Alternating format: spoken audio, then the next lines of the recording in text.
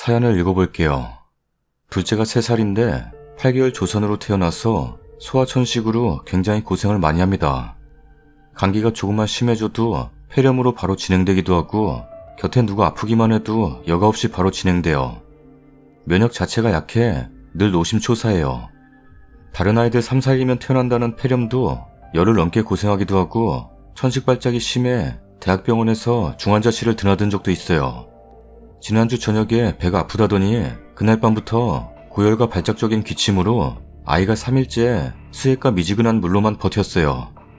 기침 때문에 10분 이상을 잠을 못 자고 끓어오르는 열로 얼굴이 시커멓게 변하는데 아픈 아이를 붙잡고 가슴 조마조마하다 안 되겠어서 아침에 입원을 시키던 가야 될 것 같아 차를 놓고 가라 했는데 병원 가려고 차키를 찾으니 없네요. 남편한테 전화했더니 추워서 차 가지고 출근했다네요. 남편 회사 걸어서 10분이에요. 애가 며칠째 숨이 넘어가라 기침하다 토하는데 추워서 가져왔대요. 이때부터 화가 날 대로 났죠. 저희 지방이라 입원시키려면 2시간을 가야 해요. 의료원이나 조금 큰 병원도 있지만 소아과 전문의도 없고 애가 워낙 아프다 보니 급박한 일에 대비할 수 있게 다니는 소아과에서 늘 대학병원을 잡아줬죠. 급한 대로 택시 타고 다니던 소아과 가서 해열주사와 병원 소개받고 소견서 첨부하고 죽 싸서 새 그릇으로 소분해서 왔어요. 집에서 부랴부랴 짐 싸고 큰아이 부탁한다고 친정에 전화하고 둘째 죽이라도 한술 먹이려는데 남편이 왔더라고요. 얼굴 보자마자 화는 나는데 애가 급해 꾹 참고 있는데 애 괜찮냐는 말은 안 하고 전날 친구가 한 그릇 가져다 준 단팥죽 다 처먹더니 저보고 어서 일보라길래 죽만 부탁한다고 몇 수저라도 먹여달라고 하곤 나머지 짐을 싸고 있는데 애는 한 숟갈 먹고 기침하다 토하고 한 숟갈 먹고 기침하다 토하고를 몇 번 반복하다 안 먹는다고 입을 닫아버리니 남편놈이 방구야, 먹어야 낫지. 한 숟갈 먹어봐. 몇 번 하더니 그릇에 들어 지 주둥이로 쏟아 붓네요. 그리고 다음 그릇 뚜껑 열고 방구야, 아빠처럼 먹어야지. 몇 번 하더니 그걸 또 지 주둥이에 그릇에 쏟아 넣는데 저게 제정신인가 싶었어요. 다른 것도 아니고 애가 사흘 넘게 제대로 먹은 것도 없이 저렇게 아프기만 한데 그걸 뺏어 먹는 게 이해가 되나요? 10분이면 걸어갈 회사를 지 춥다고 차를 가져가는 게 이해가 되나요? 여기 지방이라 택시도 없어요. 콜택시도 전화하고 한참 기다려야 돼요. 그나마도 눈 내리는 요즘 같은 계절엔 안 올 때도 있어요. 택시 탄다 해도 수학과까지 택시비 15,000원 나와요. 그만큼 멀죠. 세 번째 그릇 뚜껑 따는데 저도 눈이 돌았는지 그릇 뺏어서 죽그릇을 남편 머리에 쏟아부었습니다. 다 처먹어라 다 처먹어. 넌 이게 처먹고 싶냐? 애가 넘어가게 생겼는데 처먹고 싶냐? 네가 사람이냐? 아픈 애 죽을 뺏어 처먹냐? 아주 쌍스럽게 욕했습니다. 결혼 5년 동안 애들 입보다 지 입에 먼저 넣고 보는 인간. 지 좋아하는 반찬 내가 많이 먹을까봐 허겁지겁 처먹는 것도, 친정 가서 부모님보다도 숟가락 먼저 들고 우적우적 처먹는 거, 모두 잠든 밤에 혼자 처먹던 거, 다 밥상머리 교육 못 받아서 그런가 보다 했습니다. 알려주면 고쳐 살 줄 알았습니다. 5년을 해봤는데 고칠 수 없는 인간이네요. 뭐야? 하고 소리 지르는데 마저 처먹어라. 난 병원 간다. 말하고 애 안고 짐가방 질질 끌고 나오는데 친정부모님 오셔서 부모님 차로 큰 병원에 입원시켜서 지금 병원이에요. 벌써 입원 5일째네요. 입원 첫날 시어머니 전화하셨더라고요. 애 아프단 말 듣고 집에 왔는데 둘이 싸웠냐고 무슨 일이냐길래 있는 그대로 말했습니다. 남편은 말 안 했는지 모르시길래 더도 말고 덜도 말고 있던 일 그대로. 한참 말이 없던 어머님 그래도 뜨거운 죽을 끼얹으면 어쩌냐? 라고 한 소리 하시길래 다 식어서 그런가? 잘만 먹던데요? 하고 끊어버렸어요. 신우도 그날 밤에 애보단 죽 얘기 듣고 전화했길래 이만저만하고 나 애 아파서 그런데 신경 쓰고 싶지 않다 했더니 미안하다고 하더군요. 둘째 날 시부모님 신우 도련님 문병 왔는데 여직 입원했어도 이렇게 다 온 적이 없었어요. 속으로 벼르고 오셨나 보다 했어요. 아이는 산소 마스크 끼고 숨이 넘어가게 기침을 하고 있어 하루 종일 안고 있었죠. 누운 것보다 일어나 있는 게 기침이 덜하거든요. 너무 아파서 안겨 눈물만 주르륵 흘리는 아이를 보시더니 아버님이 애가 이 지경이 될 때까지 병원에 안 오고 애를 이렇게 만들었다고 역정내시는 틈에 아니나 다를까 어머님이 너 어디 남편 머리에 죽을 끼얹냐? 랍니다. 저도 그냥 쏘아붙였어요. 그런 남편이 이렇게 아파서 울기만 하는 내 죽을 2그릇 뺏어 먹었어요. 어머님은 어머님 아들 챙기세요. 전 제 아들 챙길게요. 지춥다 하고 10분이면 걸어가는 회사를 꾸역꾸역 차 끌고 가고 그날도 단팥죽 먹으러 집에 왔어요. 애가 이렇게 아프면 옆집 사람도 그렇게 안 해요. 내 자식 아플 때 그 사람 아무것도 안 했어요. 한밤중 응급실도 나 혼자 애 데리고 다녀왔고 애 약 한 번 먹인 적도 없어요. 하다못해 큰애도 동생 아프다고 친구가 준 젤리 안 먹고 들고 왔어요. 다다다다 쏘아붙였어요. 그동안 한 번도 말대꾸 한 적 없고 시키면 시키는 대로 살았는데 못 참겠더라고요. 남들이 들으면 웃겠지만 이혼하려고요. 비단 이번 일 때문만은 아니지만 이번 일이 계기가 됐네요. 남들한텐 먹는 걸로 그런다는 게 어찌 보면 소소해 보일 수도 있겠지만 지 밖에 모르는 인간하고는 못 살겠네요. 지금 이번 5일째인데 아이도 조금씩 괜찮아지고 남편에게도 이혼하자 했습니다. 시댁에도 친정에도 이만저만해서 못 살겠다 했습니다. 남편은 잘못했다 하고 시댁은 무슨 그런 걸로 이혼하냐고 친정은 침묵이네요. 후기입니다. 지난번 죽사발 때문에 이혼한다는 사람이에요. 지금 시어머니는 친정 문 앞에서 울고 계신데요. 아이들과 저는 오빠네 있고요. 아이는 근 2주 만에 친정집으로 퇴원했어요. 늘 과묵하시고 표현이 적은 아빠께서 이만큼 해봤으면 됐으니 집에 가자시는데 많이 울었어요. 처음 결혼한다 했을 때도 그래 알았다 한 말씀이셨고 식장 들어갈 때도 머리 한번 쓰다머 주시는 걸로 모든 걸 표현하셨던 분이세요. 그런 아빠가 우는 절 보시고 애들 데리고 살려면 울지 마라. 애들까진 울리지 마라. 라고 하시네요. 아직도 제잘제잘 소녀 같으신 엄마는 그동안 고생했다고 눈물 범벅을 해서는 웃는 척 하시고 오빠네 애도 차라리 잘됐다 하네요. 이혼은 저보단 오빠와 아빠가 나서서 도와주시고 계세요. 시댁에서 결혼하고 1년도 안 돼서 제 명의 아파트 담보로 돈을 요구하셔서 멋모르고 8천 빌려드리고 아직 한 푼도 못 받았지만 그때 송금해드린 은행용 이체 영수증과 주고받은 문자 또 8천 빌리시고 얼마 후 시아버님 사업이 힘들다고 사돈에게 3억만 잠시 빌릴 수 없겠냐고 했을 때 거절했어요. 그때 욕설과 아나무인으로 뱉은 음성 파일도 있고 신우와 시동생 포함해서 섭섭하다는 등의 문자 포함해서 예전 사용하던 전화기에 아직 보관 중입니다. 남편이 저 몰래 애들 통장에서 시아버님에게 이체시킨 거래 내역과 저 모르게 적금해지에 시댁과 시동생들에게 건네준 현금 4,000선의 이체 내역들도 보관 중이고 이제 작년이 됐네요. 작년 3월에 시동생 결혼할 때 형수니까 3,000원 해주라는 시어머니와 통화 내역 거절했더니 남편이 저와 상의도 없이 할부도 30개월 남은 남편 차를 팔아 시동생에게 해줬을 때 나눴던 대화 녹음 파일이 있어요. 잘 들리지는 않아요. 그래도 사실이고 또 애들 통장에서 돈을 시댁으로 줬을 때 이혼 서류 작성까지 했는데 그때 받은 각서가 있어요.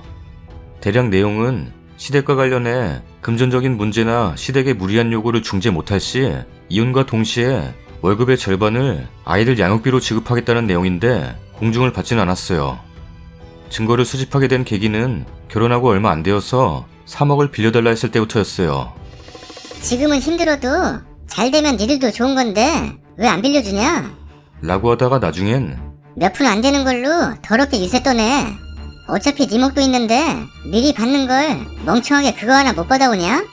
라는데 변하는 걸 보면서 그땐 이혼을 생각한 건 아니지만 혹시 몰라 지우지 않고 몇 년째 보관 중이고 그때를 시작으로 수십 번 수천 번 이혼 생각날 때마다 증거를 수집하고 있었어요. 평소에도 없는 살림의 시어머니는 피부과에서 시술이라던가 고가의 쇼핑 등을 과하게 요구한 적도 많고 저 모르게 남편이 1, 200씩 몰래 돈을 해주거나 카드 등으로 결제를 해준 적이 많아 자잘한 증거들도 있어요. 저희 친정에서 남편 카드비 3,300만원 갚아주신 것과 지방으로 내려올 때 주신 2억으로 얻은 살던 집은 제 명의로 전세 계약을 했고 친정에서 틈틈이 주신 4천만원 송금 내역과 그 돈으로 아버님 빚 갚는 데 쓴 내역도 보관 중이에요. 지금 남편 소유의 자산은 한 푼도 없어요. 타고 나갔다던 차도 친정에서 지방 내려올 때 사주신 거고 시댁 뒤치다거리에 나만 아는 돈이 없어요. 회수로 5년을 살았는데 단돈 100만원도 없이 빚만 300만원 있네요. 적은 월급은 아닌데 늘 시댁 빚잔치와 치닥거리로 남질 않더군요. 처음 연애 땐 시끄럽지 않고 잘 웃고 조용한 모습에 결혼 결심을 했는데 결혼 후 살아보니 잘 웃고 소리 없이 잘 처먹고 조용히 돈을 빼돌리더군요. 그래도 이 긴 시간까지 참는 데는 미련한 곰처럼 단지 애들한테 아빠가 필요해서라고 참았어요. 돈이 없고 주줄이 딸린 시댁 식구 있어도 애들만 아껴준다면 아직은 참을 수 있다 생각해서 참았는데 애들 통장에서 손댄 이후로 진심으로 이혼을 생각했습니다. 싹싹 빌면서 2번 다신 안 그러겠다. 마지막으로 딱 한 번만. 제발 한 번이다. 다시 한 번만 이런 짓 하면 사람 아니다. 무릎 꿇고 비는 모습에 다시 한 번 준 기회가 이렇게 돼버렸어요. 올키 언니 말론 아이 병원에 있는 동안 난리가 났었다네요. 말이 안 통하는 시댁에서 왜 이런 걸로 이혼하냐? 우리 애가 때리기를 했냐? 기집질을 했냐? 아닌 말로 이만하면 얼마나 괜찮은 앤데 세상 물정 모르네. 내가 알아보니까 죽 엎은 것도 고소할 만한 일이야. 고소한다? 그리고 지금 전세로 살고 있는 아파트는 못 줘. 라길래 우리도 소송 걸고 싹 다 고소하겠다고 무리한 시댁의 경제지원 요청과 욕설 등 괴롭힘으로 결혼생활 파탄의 이유를 시댁 부모와 형제들에게 묻고 남편에겐 넌 아이 방치와 가정을 등한시하고 과도한 시댁 요구를 상의 한 번 없이 재산을 빼돌린 것과 더불어 사기 결혼에 해당될 만큼 시댁의 경제사정과 가족사를 숨긴 점을 따지겠다고 싸우셨다네요. 이틀 전 변호사를 만나고 왔는데 이만하면 어떻게 해도 이기는데 남편 앞으로 재산이 없어서 위자료 부분은 많이 아쉬울 것 같고 대신 시부모님을 상대로 고소 가능하다네요. 지금 아파트가 떠나가라 울고불고 하며 막말하고 있는 시어머니나 신우도 이혼 소송에 도움이 된다고 하고요. 아이들은 사촌 형제들과 아주 신나라 잘 지내고 있어요. 건강 되찾은 둘째도 올해 학교 입학하는 큰아이도 아직은 아빠를 찾지 않아요. 그래도 언젠간 상처 덜 받게 설명해줘야 할 텐데 걱정돼요. 내가 과연 저 아이들을 반듯하게 잘 키울 수 있을까 걱정도 되는데 후회는 없어요. 부모님 마음에 큰 상처 드리는 게 죄송하고 뵐 면목이 없어요. 병원에 있는 동안 부모님이 상의하셨는데 아이들 클 동안은 경제활동은 접어두고 잘 보듬어주고 상처 안 받게 반듯하게 키우자 하시네요. 남자아이들이라 보고 자랄 애아빠 대신 오빠나 아빠가 좀 더 신경 써가며 좋은 아버지 모습을 대신이나마 보여주자는데 올키 언니한테 미안하고 고맙다는 말도 하기도 전에 그래 그러자. 우리가 좋은 모습, 반듯한 모습 보여주면 애들도 반듯하게 잘 자랄 거야. 아무 걱정 마. 라며 용기를 북돋아주네요. 아이들 달란 소리는 안 한다고 하고 전세 아파트는 남편이 벌어온 돈으로 여직 먹고 살았으니 전셋집은 내 아들 몫이 아니지 않겠냐면서 달라고 땡깡 부린답니다. 남편은 이곳저곳에 전화해 다 잘못했고 저 좀 만나게 해달라고 안 되면 통화라도 하게 해달라고 계속 연락한다는데 내가 어쩌다 저런 사람을 애들 아빠라고 만들어줬을까 싶네요. 쓰다 보니 횡설수설 정리도 안 됐네요. 근데 쓰면 쓸수록 조금씩 후련해지네요. 애들 때문에 이혼을 참아왔는데 지난번 글에 달린 댓글들 중 자식 입장에서 쓰신 글들 보면 자식들도 이혼을 마냥 싫게만 받아들이는 게 아니라는 것도 알게 됐고 참는 게 능사는 아니구나 라는 걸 알게 됐어요. 지금은 이 상황이 싫고 힘들지만 세월 흐르면 웃는 날도 올 테지 하는 마음과 더 단단해져서 아이들과 보란듯이 잘 살아보렵니다.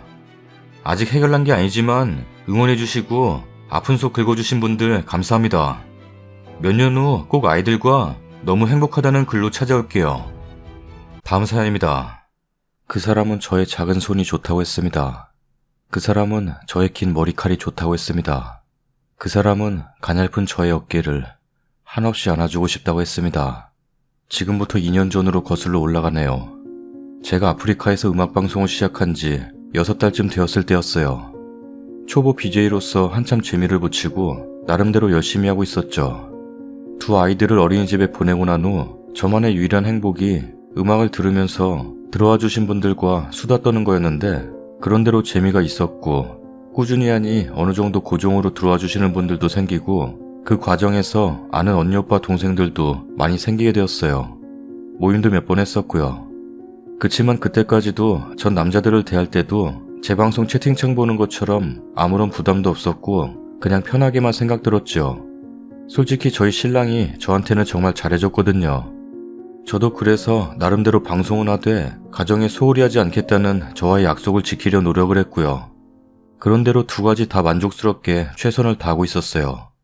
그날도 아침 일찍 방송을 하고 있는데 아주 초보로 보이는 한 남자가 들어오더군요. 그 남자는 저보다 1살 아래이고 집도 저희 옆 동네였고 하나의 아버지라고 했습니다. 제 방송에 처음 들어오는데 느낌이 참 좋다고 하더군요. 그 이후로 그 사람은 하루도 빠짐없이 같은 시간에 제가 하는 방송에 찾아왔어요. 따로 연락처를 교환한 후 자연스럽게 많은 대화를 했고 저도 중독처럼 그 사람에게 빠져들게 됐죠. 나중엔 그 사람한테 연락이 없는 날에는 숨도 쉴 수 없을 정도로 답답하고 눈물이 나오려고 그러더군요. 그렇게 서로 얼굴도 안 보고 6개월을 지냈어요. 그 사람이 갑자기 궁금해지더라고요. 물론 연락은 하고 있었지만요. 그러다 제 방 정모에서 그 사람을 보게 됐어요. 첫눈에도 그 사람인 걸 알아볼 수 있었고요. 그날 이후 전 열병에 걸린 사람처럼 마음이 아파오고 차라리 만나지 말 걸 하는 후회가 절 아프게 했어요. 그 이후로 우린 일주일에 2-3번씩은 만났어요. 그 사람이 디자인을 업으로 하는 프리랜서라 평일 점심이나 오후에 보낼 수 있는 시간이 많은 게 다행이었죠. 같이 점심 먹고 차 마시고 수다 떨고 그와 있을 때는 모든 것이 행복하고 나 자신이 마치 공주가 된 것처럼 행복하기만 했어요. 그 사람의 지적인 면과 제 생각을 항상 넘어서는 배려심, 그리고 다정한 말투, 평소 운동으로 가꿔진 뱃살 하나 없는 날씬하고 탄탄한 몸까지 정말 모든 것에 빠져들었던 것 같아요. 그렇다고 가정에 소홀하거나 남편에게 못해준 건 아니고요. 나름대로 잘하려고 더 노력했죠. 그렇게 그 사람과 만난 지 1년이 흘렀어요. 저흰 그동안 수십 번 넘게 모텔 침대에 누웠지만 하나가 될 때마다 솔직히 남편과 아이들 생각이 나지 않을 정도로 좋았어요. 이렇게 좋은 사람하고 같이 사는, 또 앞으로도 평생 살아갈 그 사람의 부인이 한없이 궁금해지고 그 자리가 내 자리였으면 하고, 솔직히 질투도 나고 했지만 저도 아이들과 남편이 있고 또 그 사람은 결국 나의 몫이 아니기에 욕심을 버리기로 했어요. 그런데 이제 너무 마음이 아프네요. 그래서 그냥 보내주려고 해요. 더 이상 그 사람에게 해줄 게 아무것도 없는 내 자신이 미워지고 너무 슬퍼서 그 사람과 함께했던 지난 2년간의 시간, 저도 그 사람도 서로의 길이 다르기에 이제 보내주려 합니다. 그 사람의 아내에게 죄송하다는 말씀 드립니다. 한때나마 당신의 남자를 사랑했던 죄 진심으로 용서를 빕니다. 댓글입니다. 똥 싸고 자빠졌네. 이 여자는 한 남자의 아내이자 2아이의 엄마인 걸 까먹었나봐. 딴 여자한테만 미안하대. 스팀 다리미 불 올려야겠다. 내 오그라든 손발 좀 펴게. 그냥 바람 피웠다는 소리를 엄청 미화해서 길게도 써놨네. 당신이 그렇게 이쁜 사랑했다면 당신 남편하고 애들한테 당당하게 얘기해봐라. 당신 친정에도 다 얘기해봐. 뭐라 하나. 바람 피웠으면 부끄러운 줄 알라고. 최소한 사람이면. 이런 멘탈이라 불륜이 가능하구나. 보통은 지 자식에게 더 부끄럽고 미안할 텐데 자기가 그 남자한테 사랑받은 줄 아네.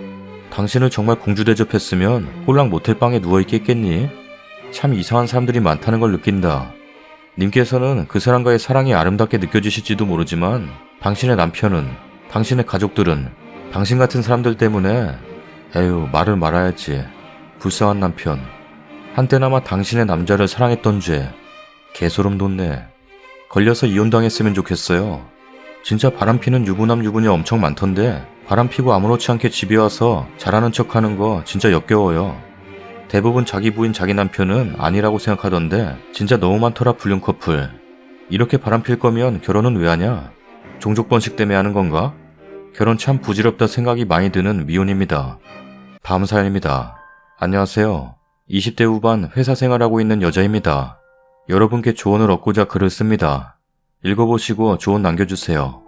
남자친구와 저는 같은 20대 후반, 1살 차이로 한 회사에서 만나 연애를 하였습니다. 사내 연애이더라도 일하는 부서가 달랐기 때문에 부딪히는 일이 없었기에 처음에는 최측근 몇몇에게만 알리고 시작하였습니다. 그러다 뭐 다 알게 되었죠. 이게 중요한 게 아니고 저는 술자리를 좋아합니다. 일 끝나고 회사 사람들과 또는 지인들과 가볍게 술 한잔하는 것을 즐겨 했습니다. 남자친구도 마찬가지고요. 문제는 이것입니다. 남자친구는 술 먹으면 앞뒤 못 가리는 경향이 있는 것 같습니다. 그러다 보니 저는 남자친구에게 술자리 옮길 때마다 어디로 갔는지 어디로 갈 건지 전화로 꼬박꼬박 보고를 받습니다. 술자리가 늦어질 것 같으면 저는 집에 빨리 들어가라고 독촉을 합니다.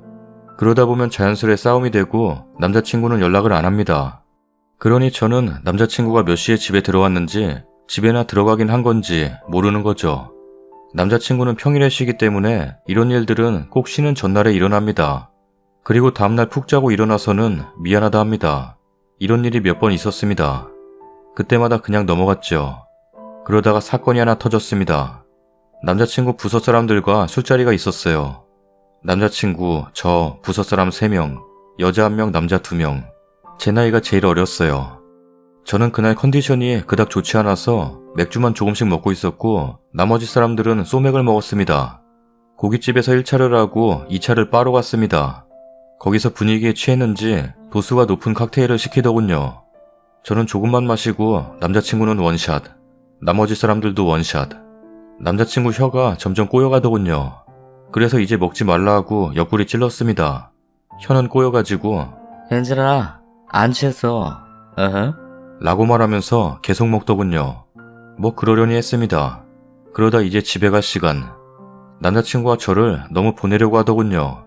급하게 택시를 잡고 택시비 5만원까지 주면서 택시를 타면서 남친에게 말했죠. 택시 잡고 타면 전화하라고. 그러고 저는 집으로 출발했습니다. 정말 빠른 택시였습니다. 빠른 시간 안에 집에 도착했어요. 헌데 남친에게 연락이 없습니다. 그래서 전화했죠. 봤더니 하는 말이 택시 탔다고 전화한다는 걸 깜빡했다. 남친 부서 사람들이 다 남친 쪽에 살기 때문에 택시를 같이 탔다고 하더군요. 뭐 맨날 그랬으니까 됐고 택시 내려서 집에 들어가면서 전화하라고 하고 저는 씻었죠. 씻고 있는데 전화가 옵니다. 집에 들어왔다고. 그래서 내가 택시 내려서 집에 들어가면서 전화하라고 했는데 왜 집에 들어와서 전화하냐고 했더니 그냥 들어와서 했답니다. 그러려니 하고 씻고 전화하라고 했습니다. 저는 마저 씻고 있는데 통화 끝나고 몇 분 되지 않아서 또다시 전화가 옵니다. 뭐야 하고 받았더니 너무 술을 많이 먹어서 그냥 자야겠답니다. 씻지도 않고. 생각에 이 오빠는 아무리 술을 많이 먹고 들어와도 발은 씻고 잔다던데 그냥 자? 하고 생각했었지만 그냥 그러라 했습니다. 그리고는 남친이 그러더군요. 사랑해. 잘 자. 갑자기 웬 다정 모드? 통화 끝나고 저는 또 마저 씻으려고 하는 순간 또 전화가 옵니다.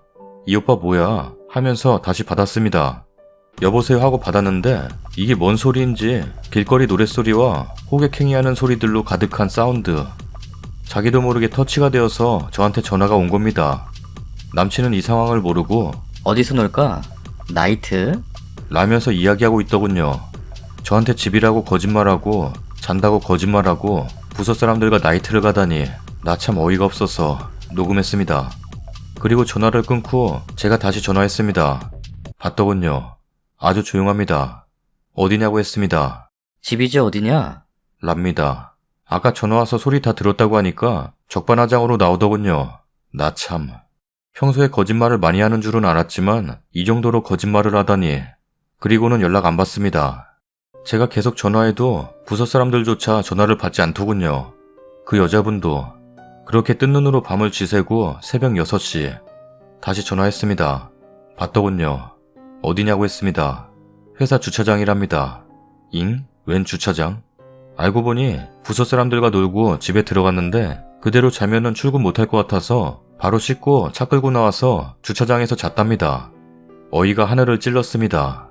하지만 그 당시엔 그렇게 술 먹고 운전을 그러다 사고라도 났으면 하는 걱정이 되는 겁니다. 그 상황에 그런 생각이 들었다니 지금 생각해보니 제가 바보네요. 이 사건은 작년 11월 이야기입니다. 이때 그냥 깨끗이 끝낼 걸 그랬습니다. 친구들이 이야기 들어보고 저한테 헤어지라 할 때 그냥 끝낼 걸 그랬습니다. 제가 바보입니다. 그 다음날 잘못했다고 빌길래 몇 가지 약속을 받아놓고 봐줬습니다. 그리고 시간이 흘러 저는 핸드폰을 바꾸고 남친과 저랑 커플 앱을 깔았습니다. 언젠간 한번 걸려라 하는 식으로 있었는데 이 어플 굉장히 이상합니다. 위치가 제대로 안 잡히더군요. 완전 무용지물이었습니다. 하지만 이 어플이 한 번은 크게 터트려 줄 거라고 믿고 있었는데 터졌네요. 며칠 전 수요일, 남친은 하는 일이 파견 업무도 있습니다. 파견을 가면 거기서 술을 또 많이 먹습니다. 목요일부터 일요일까지 파견을 간다고 합니다. 그 전날에 서로 감정이 안 좋아지는 일이 있었는데 전화통화하다가 제가 말했습니다. 우리 그냥 파견 끝날 때까지 연락하지 말자. 어차피 술 먹을 테고 그럼 또 싸우게 될 텐데 벌써부터 스트레스 쌓여. 그러니 연락하지 말자. 라고 하고 끊었습니다. 그랬는데 정말 연락을 안 하더군요. 뭐 제가 내뱉은 말이니 뭐라 할 수 없는 상황이죠. 그러다 오늘 아침에 출근하면서 커플앱을 보았습니다. 제가 보고도 믿을 수 없는 위치가 나옵니다. 지금 파견가 있는 곳에 근처 모텔이 찍혀 있는 겁니다. 손이 떨렸습니다. 바로 전화했습니다. 안 받습니다. 남친 집으로 전화했습니다. 남친과 저는 결혼까지 생각하고 만나고 있었기에 지금 양가 부모님 친척들까지 다 인사한 상태입니다. 어머니가 받습니다. 안녕하세요 어머니 하고 말하니 어머니가 뭐 때문에 전화했는지 다 알고 있더군요. 어제 친구들 만나서 술 먹는다고 했는데 집에 안 들어왔네. 라고 말씀하시네요. 전화를 끊고 남친에게 문자를 보냈습니다. 이 문자 보고 바로 전화하라고. 그리고 남친 친구한테 전화했습니다. 받더군요. 남친 동네에서 다 같이 모여 술을 먹었다고 하더라고요. 그리고 남친 친구는 집에 들어갔고 남친은 동네를 옮겨 또 먹었다고 하더군요. 전화를 끊고 이 상황을 어떻게 해야 할지 생각하고 있는데 전화가 옵니다. 지금 어디냐고 했습니다. 어디긴 어디야? 라고 말하더라고요.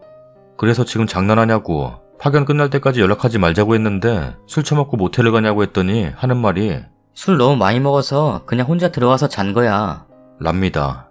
미안하단 이야기도 안 하고 오히려 적반하장으로 나오니 화조차도 안 나더라고요. 이게 뭔 일입니까? 혼자 모텔에서 잤다는 걸 어찌 이해를 해야 합니까? 저는 도저히 이해를 할 수도 하고 싶지도 않습니다. 이미 양가 다 인사드리고 이제 상견례만 남았는데 끝내는 게 맞는 거겠죠? 댓글입니다. 끝내는 게 맞는 거겠죠? 네. 답은 한 단어.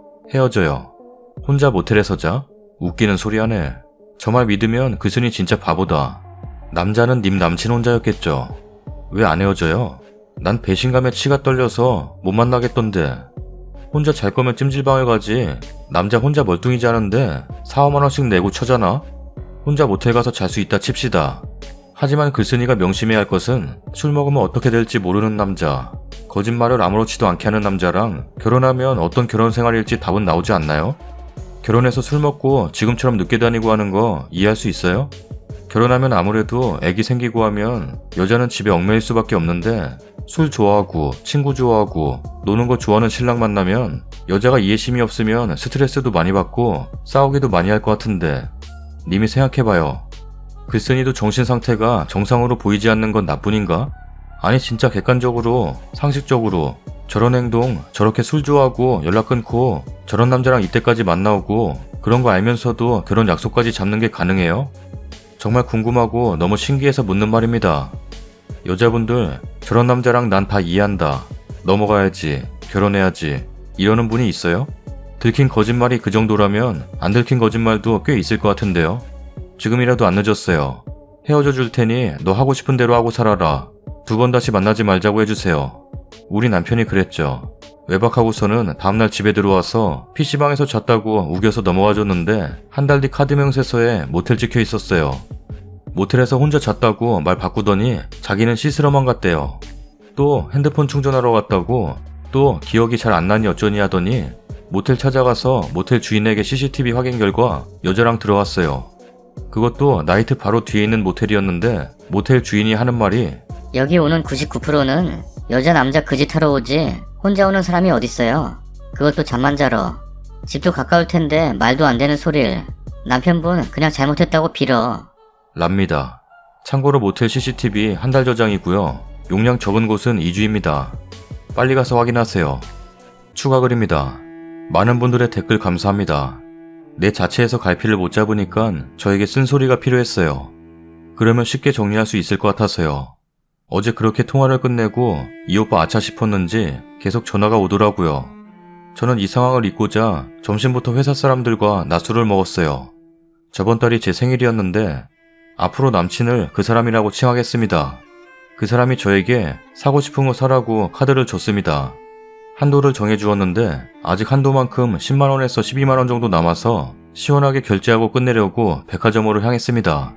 가방 사려고 갔는데 마음에 드는 건 몇십만원 하고 싼 가격은 가방이 형편없고 그래서 사지 못하고 그냥 나오려고 하는데 그 사람한테서 또 전화가 오는 겁니다. 안 받으면 계속할 것 같아서 받았습니다. 첫 마디가 미안해. 그래서 제가 왜? 이제야 술이 다 깬 거야? 진짜 대단하다. 언제까지 그런 식으로 살 건데? 난 절대 이해 못해. 지금 와서 미안하다고 하면 내가 얼씨구나 하고 받아줄 것 같아? 하려면 처음부터 빌었어야지. 진짜 웃기네. 미안해. 친구 집에서 자려고 했는데 친구가 많이 취해서 친구 집에서 자면 출근 못할 것 같아서 그냥 혼자 모텔 들어가서 잔 거야. 미안해. 아니 친구 집에서 자도 모텔에서 자도 혼자 일어나야 하는 건 마찬가지인데 이건 무슨 논리야? 그걸 지금 핑계라고 되는 거야? 됐어. 길게 통화해서 뭐해? 그냥 난 이해 못해. 그러고 전화를 끊었습니다.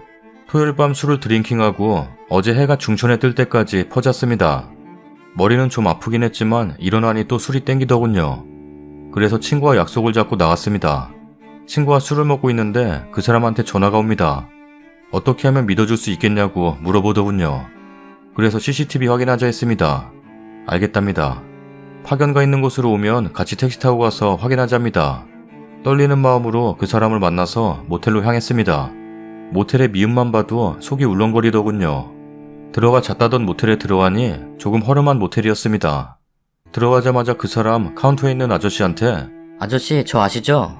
이러면서 해맑게 말하는데 나 참. 아저씨는 여기 들락날락하는 사람들이 얼마나 많은데 다 기억을 해요. 모르겠네요. 랍니다. 순간 그 사람은 뻘쭘. 그 사람이 CCTV 확인하러 왔다고 말하니까 그 모텔은 CCTV가 있긴 있는데 녹화 기능이 없는 CCTV랍니다. 잉? 근데 녹화 기능도 없는 CCTV도 있나요? 아저씨가 자기네 CCTV는 녹화가 안 된답니다. 뭐 안 된다니 확인 안 되는 거죠. 그래서 CCTV 확인은 못하고 그 모텔은 며칠 몇 시 몇 호에 몇 명 들어갔는지 장부에 적어 놓는다길래 그 장부를 확인하더니 혼자 들어와서 잤다고 말씀하시더군요. 이건 뭐랄까 똥 싸고 제대로 안 닦은 느낌처럼 좀 찝찝하다고 해야 하나요? 뭔가 해결되지 않는 듯한 느낌을 안고 모텔을 나왔습니다. 내가 왜 그런 느낌이 들었는지 나와보니 알 것 같습니다. 그 모텔 옆에 같이 영업하는 것 같은 모텔과 똑같은 이름의 안마방이 있더군요. 저기 갔냐고 물어보니 절대 아니랍니다. 장부 확인하고도 못 믿어? 이러는 겁니다. 됐고 생각 좀 해보자 하고 집으로 들어왔습니다. 날도 추운데 이것저것 잡생각만 많이 안고 있네요. 생각은 그리 길어질 것 같지 않습니다. 세상에 반은 남자이고 더 좋은 남자 얼마든지 만날 수 있다는 토요일 밤 친구들의 위로를 떠올리며 빨리 해결해야겠습니다. 다음 사연입니다. 안녕하세요. 평범한 애 둘 키우는 5년차 부부입니다. 몇 달 전 신랑 폰을 같이 보다가 우연하게 신랑이 카카오톡 오픈 채팅을 하는 것을 보게 되었습니다. 저는 평소 인식이 랜덤 채팅은 건전하지 않게 생각하는 사람입니다. 그리고 오픈 채팅도 그날 처음 알았습니다. 너무 화가 났었는데 남편은 제가 화나는 이유를 납득할 수 없다는 듯이 나오더라고요. 그래서 그럼 채팅하도록 허락할 테니 나도 내 사진 올리고 채팅방 들어와서 남자 여자들과 대화하게 해달라 했더니 가만히 생각하더니 그건 안 돼. 나도 이제부터 접을게. 라더라고요. 그리고 두어 달을 흘렀나 종종 하다가 지우던 걸 알게 됐습니다. 지운 이유는 하루에 여러 명이 대화하면 카카오 용량이 너무 많이 차지해서 종종 지웠다더군요. 그래서 둘이 마주 앉아 대화를 하게 되었고 본인 말에 의하면 직업군인인 나는 제어되는 삶을 살다 보니 바깥에서 일하는 내 또래들은 어떤 직업을 가지고 무슨 생각을 하고 사는지 대화해보고 싶었어. 그리고 내가 하는 오픈 채팅은 90%가 서울 사람이고 말도 다들 건전하게 하고 만날 일도 없어. 그리고 그 대화방은 생긴 지도 오래되었고 방 관리도 잘 되어서 다들 선 넘지 않고 건전해. 그게 마음에 들어. 당신도 해. 괜찮아. 나처럼 그런 건전한 방이고 이런 가벼운 침묵으로 하는 거 괜찮아. 라면서 갑자기 하라더라고요. 얼마 전까지는 안 된다며 본인도 이제 접을 테니 하지 말라더니 어차피 저는 하라 해도 안 할 겁니다. 그런 거 쓸데없고 귀찮고 부정적인 생각을 가진지라. 제 생각은 그래요. 본인 친구들만으로도 부족한지. 그리고 정말 배우고 싶은 취미가 있어서 알아보고 싶은 게 있어서 들어간 방이라면 차라리 100번 양보해서 이해하려 합니다. 근데 제가 그 카톡방을 보면 정말 다들 시덥잖은 얘기들, 지금 본인들 뭐 하는지, 그리고 번개 모임으로 만나 술 먹고 찍은 사진들 올리더군요. 그리고 지금 시국이 이런지라 타지 이동을 못하지만 결국 이렇게 대화를 매번 하다 보면 언젠간 번개 모임을 한다면 가고 싶은 마음이 안 들 리가 없다는 게 제 생각입니다. 또한 예전에 신랑과 얘기한 적이 있어요. 취미나 동호회 등 어떠한 걸 할 땐 부부가 같이 할 수 있는, 함께 갈 수 있는 걸 하자고. 그리고 그렇게 해야 부부 사이에도 문제가 생기지 않는다고. 본인도 동의했고요. 이해가 가질 않아요. 신랑이 그 대화방에 많은 대화를 하진 않더라고요. 그래도 전 싫어요. 직장으로 알게 되어 함께하는 카톡방도 아니고 중고등학교 시절 친구들끼리 모인 카톡방도 아닌 정말 생판 모르는 남녀들이 모여 일상을 시시콜콜 대화한다는 것이요. 본인 말에 의하면 그 카톡방 70명 중에는 커플도 있고 유부남들도 몇 있답니다. 그리고 저보고 그래요. 애 키우고 너도 사회생활하면 남자랑 말 섞을 일 없을 것 같냐? 이 카톡방에 여자들 몇 있다고 그렇게 질투하고 화낼 일이냐고. 차라리 일적으로 여자던가 여사친이었다면 덜어놨을지도 몰라요. 근데 생판 모르는 여자들 혀 짧은 소리 내며 말하는 것도 싫고 그냥 그 오픈 채팅이라는 수단 자체가 혐오스러워요. 뭐 원래 여자들 말투들이겠지만 제가 애교가 많은 편이라 제가 아닌 누군가 그런 대화를 거기 올리는 걸 신랑이 본다는 게 싫습니다. 그래도 그 오픈 채팅을 한다고 하루 종일 폰을 붙잡는 일은 없기에 그냥 심심하면 들어가서 카톡 나눈 내용 읽고 한두 마디 하는 정도기에 참았어요. 그냥 이 사람이 어디에 소속되고 싶은 소속감 때문에 들어간 건가? 매일 옆에서 신랑 폰 만지는 거 보면 오픈 채팅 하나, 여자들이랑 말하나 너무 신경이 쓰여 하루 종일 머리가 너무 아팠어요. 그러다 어제 폭발하고 말았습니다. 애들 재우고 같이 TV 보다 애기가 깼고 그래서 방에 들어가 다시 재우고 있는데 거실에 있던 신랑이 시끌시끌 하더라고요. 그래서 나가봤더니 그 오픈 채팅 사람들 남녀 섞여서 자동차 게임을 하더라고요. 근데 직접 목소리로 서로 대화하면서 게임을 하더라고요. 거기서 폭발했습니다. 제 상식을 넘어서는 일이라 생각했거든요. 익명으로 채팅까진 이해하려 했으나 직접 목소리로 대화 나누며 함께 게임이라니. 너무 화가 나 당장 끄라 했더니 제 목소리가 그들에게 들릴까 급하게 끄더군요. 그리고 말했습니다. 너는 네 배우자가 싫다는데 나보다 이름 모를 저들이 더 중요하냐? 요 며칠 너무너무 신경 쓰이고 폰 만지는 모습만 보면 너무 짜증나고 화가 났어. 그래도 꾹 참고 100번 이해하려 했다고. 근데 선을 넘었어. 대화까지 나누며 게임을 해? 난 절대 이해 못하니 당장 지워. 카톡방도 나가고 하지 말어. 넌 배우자 배려 하나 없어. 배우자가 싫다는 행동은 안 하는 게 맞아. 라고 소리치고 방에 들어와 지금 말 한마디 안 하고 있습니다. 제가 애만 키우다 보니 꽉 막힌 건가요? 정말 궁금했어요. 요즘 사람들 카카오톡 오픈 채팅 많이들 하나요? 그냥 친목도모, 신랑 표현에 의하자면 자만추를 위해 많이들 하는지 궁금도 합니다.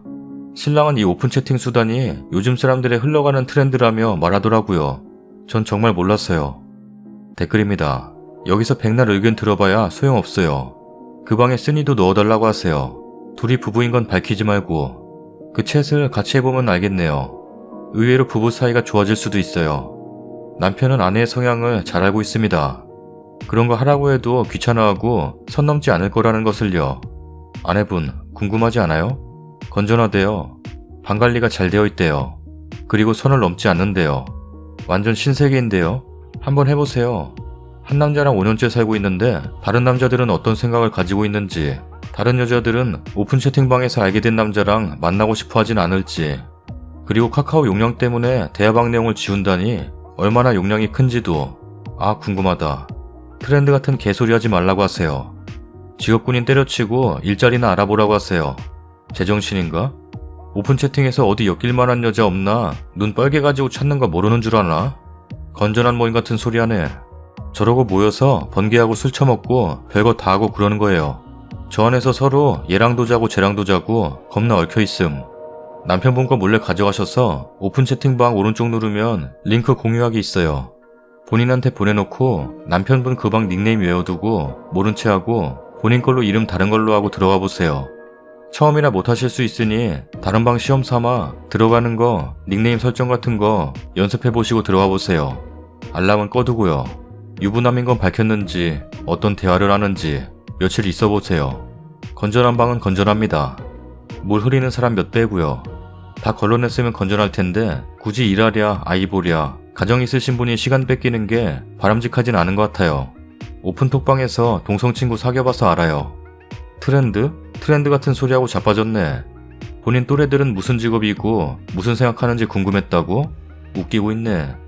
그냥 대놓고 와이프 말고 다른 여자랑 톡으로 친해지고 밖에서 만나고 싶다고 솔직히 얘기하던지. 말 같지도 않은 말을 뚫린 입이라고 하고 있어? 남편씨, 네 애가 둘이나 있는데 네 가정 위해서 열심히 살면 되지. 네 또래가 어쩌고 저쩌고 하고 자빠졌네. 네 애들 보기 안 부끄럽냐?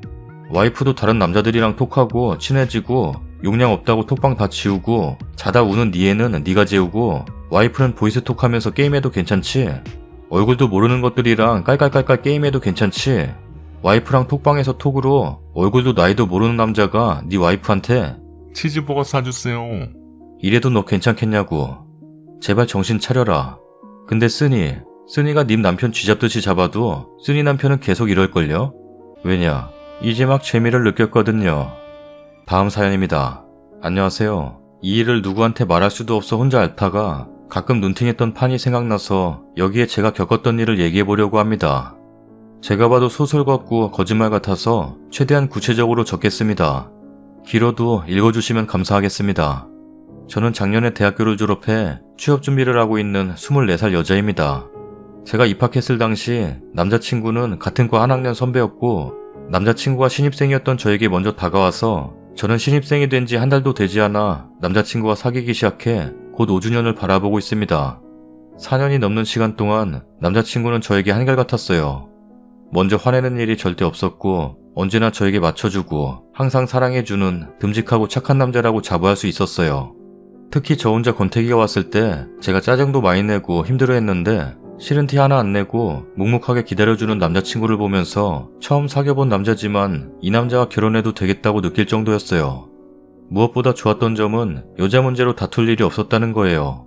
남자친구가 애초에 남중남고 공대생이라 같은 또래 여자 지인이 거의 없어서 여자 문제로 질투하거나 불안할 일 자체가 없었습니다.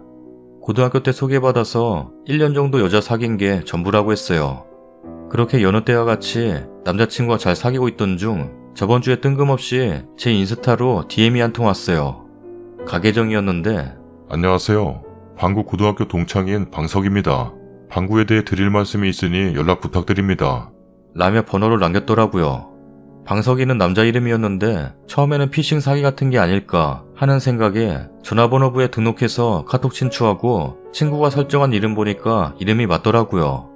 그리고 프로필 사진이 많길래 넘겨봤는데 그 중에 제 남친을 포함한 다른 남자들과 단체로 찍은 사진이 있더라고요. 남친이 저에게도 보여줬던 사진이어서 기억하고 있었는데 올해 5월에 고등학교 친구들 만났다고 저에게 보여줬던 사진이었습니다. 일단 정말로 남친의 동창이 맞다는 게 놀랍고 도대체 무슨 얘기를 하려고 DM까지 보냈나 궁금해져서 전화를 걸어봤습니다. 솔직히 DM을 받았을 때부터 왠지 모를 불안한 마음이 없지 않아 있었어요. 바로 전화를 받더라고요. 저 방구 여자친구인데 DM 보고 전화드렸어요. 네, 안녕하세요. 제가 DM 보낸 거 방구한테 말했나요? 아니요, 말 안 했어요. 말 안 하시는 게 좋을 거예요. 그런 말을 들으니 더 불안해지고 궁금해지더라고요. 방구에 대한 무슨 얘긴데요? 통화로 하기에는 좀 그런 내용이니까 그쪽 사는 곳으로 가겠습니다. 도대체 무슨 내용이길래 전화로도 못하고 만나서까지 해야 하는 거예요? 작년 1월 8일, 2월 8일에 방구와 저 사이에 있었던 일에 관한 이야기인데 안 듣고 싶으면 안 들어도 돼요. 일단 다시 연락드릴게요. 라고 하고 전화를 끊었습니다. 그리고 남친한테 말할까 말까 고민했는데 일단 저 사람이 언급한 날짜가 신경 쓰여서 한번 찾아봤어요. 저는 남친이 있는 대화방은 안 나가서 남친이랑 주고받았던 몇 년치의 대화 기록이 다 남아있어요. 카톡의 날짜 검색 기능으로 남친 친구가 말한 작년 1월 8일을 검색해보니 남친이 고등학교 동창들을 만난다던 날이었고 저와 좀 크게 싸우기도 했던 날이었어요. 홧김에 카톡 커플 사진까지 다 내렸는데 다음날 남친이 사과하고 풀었던 날이라 기억이 나더라고요. 그리고 그로부터 약 한 달 뒤인 작년 2월 8일은 남친이 고등 동창 한 명이랑 간단히 저녁 먹기로 했다는 날이었어요. 당연히 남고 동창이니 아무런 의심 없이 잘 갔다 오라고 했고 약속 중간중간에도 저랑 톡을 나눴던 기록이 있었습니다. 만약 저 사람이 거짓말을 하는 게 아니라면 이때 만난 친구는 저 사람이었겠죠. 어쨌든 저 사람이 말해준 날짜에 정말로 남친이 고등학교 동창을 만났었다는 걸 알게 되면서 저는 저 사람이 마냥 거짓말을 하고 있는 건 아니구나 싶었습니다. 그렇게 고민하다 결국 제가 사는 동네 근처의 다른 동네로 약속을 잡았어요. 혹시 몰라 경찰서 근처에 있는 개방된 공원에서 만나자고 했고요. 처음 보는 남자와 단 둘이 만난다는 게 겁없고 섣부른 행동처럼 보일지 몰라도 이대로 저 사람한테 아무 얘기도 안 듣고 묻어둔다면 후회할 것 같다는 생각이 컸어요.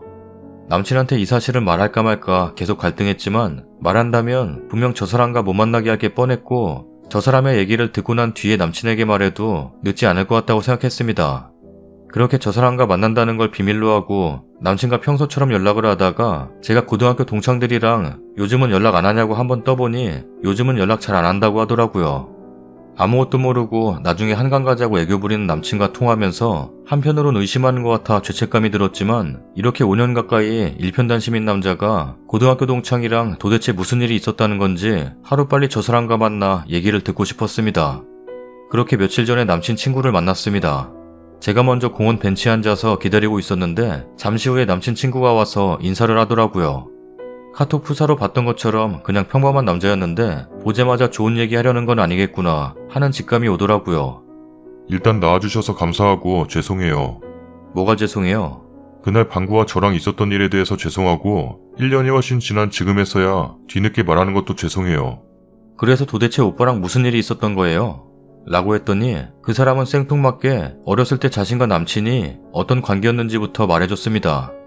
둘은 1학년 때 같은 반이었는데 1학기에는 그렇게 친하지도 않았던 그냥 친구였대요. 그런데 2학기 때부터 점점 친해지게 되어 1학년이 끝나갈 때쯤엔 사는 것도 가깝고 하니 거의 베프 같았다고 합니다. 둘 사이에 특이한 점이 있었다면 남친이 남친 친구를 친구 이상으로 좀 과하게 챙겨주는 감이 있었다고 해요. 반 애들도 너희 사귀는 것 같다고 놀릴 정도로요. 하지만 둘은 아랑곳하지 않고 붙어 다녔고 특별한 계기 없이 자연스레 손도 잡고 하다 점점 친한 사이가 되었답니다. 끝까지 가진 않았대요. 끝까지가? 제가 판을 종종 봐서 그런지 안 좋은 얘기라면 기껏해야 남자가 다른 여자랑 바람을 폈다거나 업소를 갔다거나 이런 얘기를 들을 줄 알았지 동성 친구랑 그렇고 그런 사이였다는 얘기를 들을 줄은 상상도 못했어요. 그래서 제가 이 얘기를 어떻게 믿냐고 좀 화내면서 물어보니 믿고 안 믿고는 방순씨 자유예요.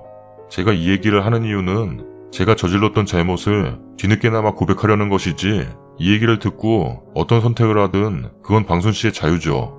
이러더라고요. 저는 제가 안 믿는다고 하면 당연히 억울해할 거라고 생각했는데 예상외로 담담하게 나와서 놀랐어요. 그래서 제가 그럼 그때 서로 사귀었던 거냐고 물어봤습니다.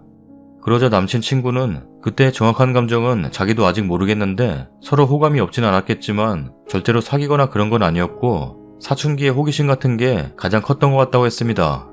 그렇게 둘이 그런 사이로 지내다가 남친 친구가 전학을 가게 되면서 서로 연락이 끊겼고 1년 뒤 남친 친구가 다시 원래 살던 곳으로 돌아왔지만 남친과 따로 연락은 하지 않았다고 해요.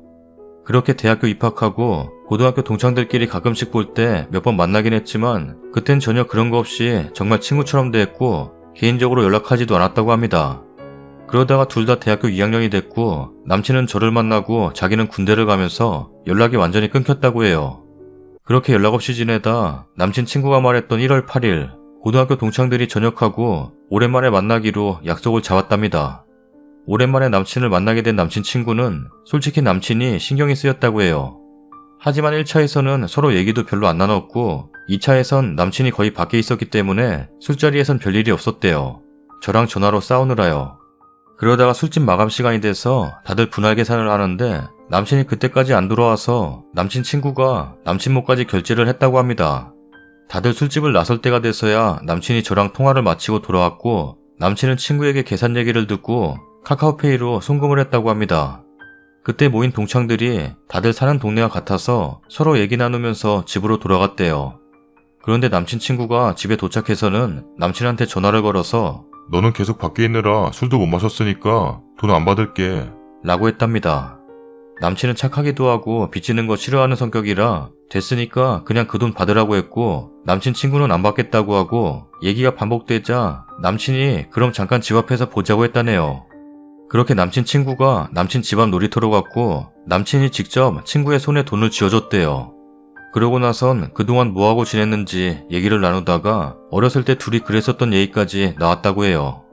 서로 아직도 그때를 못 잊고 있다는 얘기를 시작으로 점점 분위기가 무르익었고 남친 친구가 남친한테 입 한 번만 맞춰주면 마음 정리할 수 있을 것 같다고 했대요. 참고로 남친 친구는 남친이 저랑 사귀는 거 알고 있었고요. 그러자 남친이 정말로 마음 정리할 수 있겠냐고 물으니 친구가 그렇다고 했고 둘은 입 맞췄다고 합니다. 뭐? 잘못 골랐어요. 더럽다고. 이런 건 줄 알았으면 안 했을 건데 편집한 게 아까워서 그냥 올려요. 조금만 참아주세요. 그렇게 둘은 실컷 입 맞춘 후 남친은 친구에게 이젠 마음 정리할 수 있었으면 좋겠다고 하고 헤어졌다고 합니다. 하지만 그 후 남친 친구는 남친에게 마음이 생겼대요. 그래서 남친에게 계속 연락을 했고 남친도 답장을 해줬답니다. 남친 친구가 카톡을 보여줘서 확인해보니 둘이 그러고 헤어진 후에 남친 친구가 남친에게 추운데 고생했다고 미안하다고 선톡을 했고 남친은 너도 고생했다 이런 식으로 보냈어요. 그리고 며칠 후 남친 친구가 일상적인 얘기로 남친에게 선톡을 하면 남친은 답하는 내용이었고요.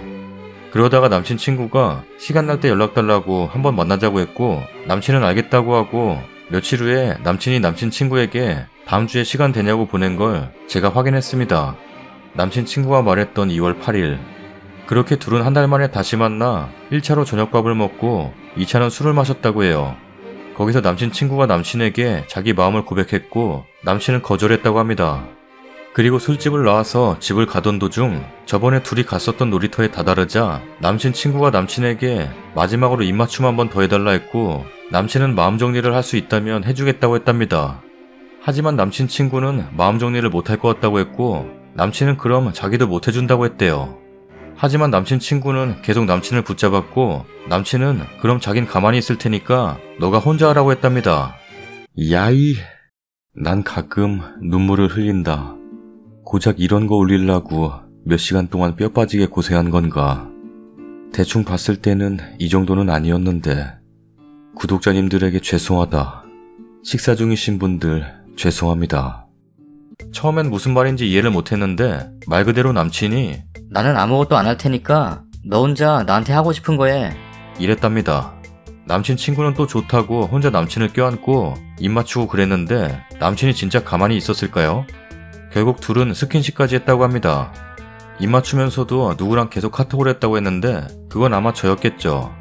그 후 남친 친구가 모텔을 가자고 했고 남친은 모텔은 진짜 바람피는 거니까 싫다고 옆에 공중화장실로 가자고 했답니다. 하지만 남친 친구는 그건 싫다고 서로 실랑이 하다가 남친이 뒤늦게 정신을 차렸는지 집에 가겠다고 했고 그렇게 둘은 헤어졌다고 합니다. 그 후로 남친 친구가 남친에게 연락을 몇 번 했으나 남친은 계속 밀어냈고 그 후로는 맹세코 연락을 안 했다고 하더라고요. 남친 친구는 얘기를 다 마치고 난 후 이런 얘기 들려드리게 돼서 죄송하다고 다시 한번 사과를 하더라고요. 이렇게 뒤늦게 이런 일이 있었다고 말해주는 이유가 뭐냐고 물어보니 웃기게 들리겠지만 자기도 그 일 있고 난 후 1년 넘게 정말 힘들었다고 하네요.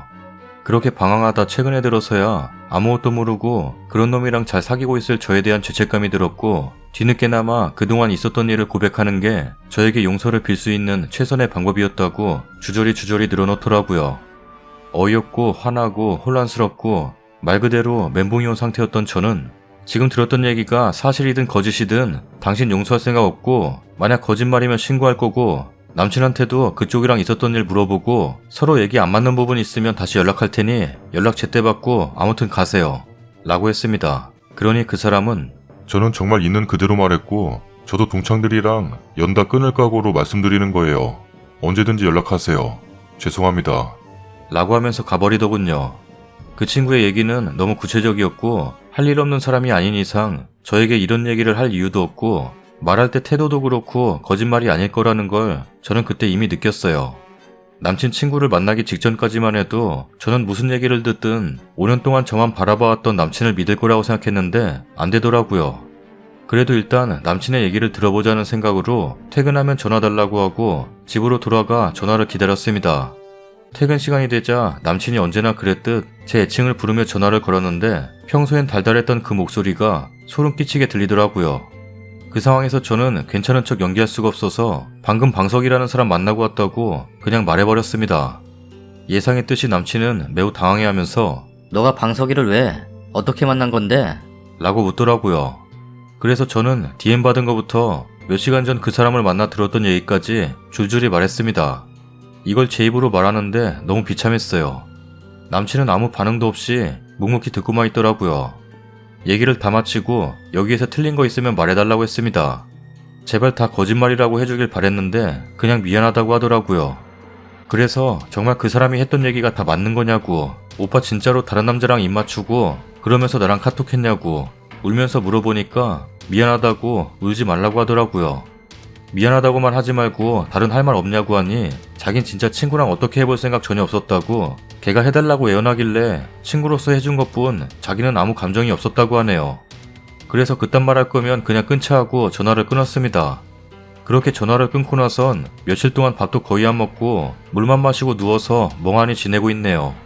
엄마한테 전화 오면 목소리 듣고 울까봐 지금 뭐 하고 있다고 톡하자고 하고 바로 끊고 또 펑펑 울고 친구들 연락도 씻고 있어요. 남친한테는 생각 정리되면 연락 달라는 톡만 달랑 와 있네요. 말했다시피 남친과 CC를 해서 제 대학교 지인들은 다 남친을 알고 그중 대부분이 남친과도 지인이라서 섣불리 남친 얘기를 할 수가 없어요. 그렇다고 고딩 중딩 동창들에게도 남자친구가 다른 남자랑 바람났다고 쉽사리 털어놓을 수가 없네요. 아무한테도 이 얘기를 털어놓지 못한다는 게 가장 힘들었고 약 5년 동안 알아왔던 남자에 대한 모든 게 거짓이었던 것 같고 결혼까지 생각했던 제가 참 한심하네요. 심지어 남친 말대로 둘이 그런 관계를 지속한 건 아니니까 눈 딱 감고 봐줄까 하는 정신 나간 생각마저 들 때도 있어요. 이렇게 답답했던 마음에 구구절절 써보니 글이 엄청 길어졌네요. 이거를 끝까지 읽어주신 분이 계실진 모르겠으나 읽어주셔서 감사합니다. 그래도 이렇게 글로나마 아무에게도 못했던 얘기를 털어놓으니 조금 나아진 것 같네요. 저는 정말 어떻게 해야 할까요? 댓글입니다. 남친 친구가 그거 왜 님한테 말했는지 알아요? 그거 듣고 계속 그 남자랑 사귈 여자가 어딨겠어요? 당연히 헤어질 거라 생각하고 님이랑 남친이랑 헤어지면 그 친구가 남친 꼬셔서 사귀려고 하는 거예요. 진짜 남자 좋아하는 남자들도 여우들 많다더니 사실이네. 극혐이다 진짜. 뭐가 됐든 남친하고 당장 헤어져요. 모텔 가면 바람 피우는 거고 공중화장실에서는 뭐라든 바람이 아니라는 거예요? 진짜 어이가 없어서 웃음밖에 안 나오네요. 그리고 남친 친구가 말해주기 전까지 님은 아예 상상조차 못했죠? 여태까지 님이랑 5년가량 만나면서 남친이 다른 남자랑 바람 안 피웠을 것 같아요?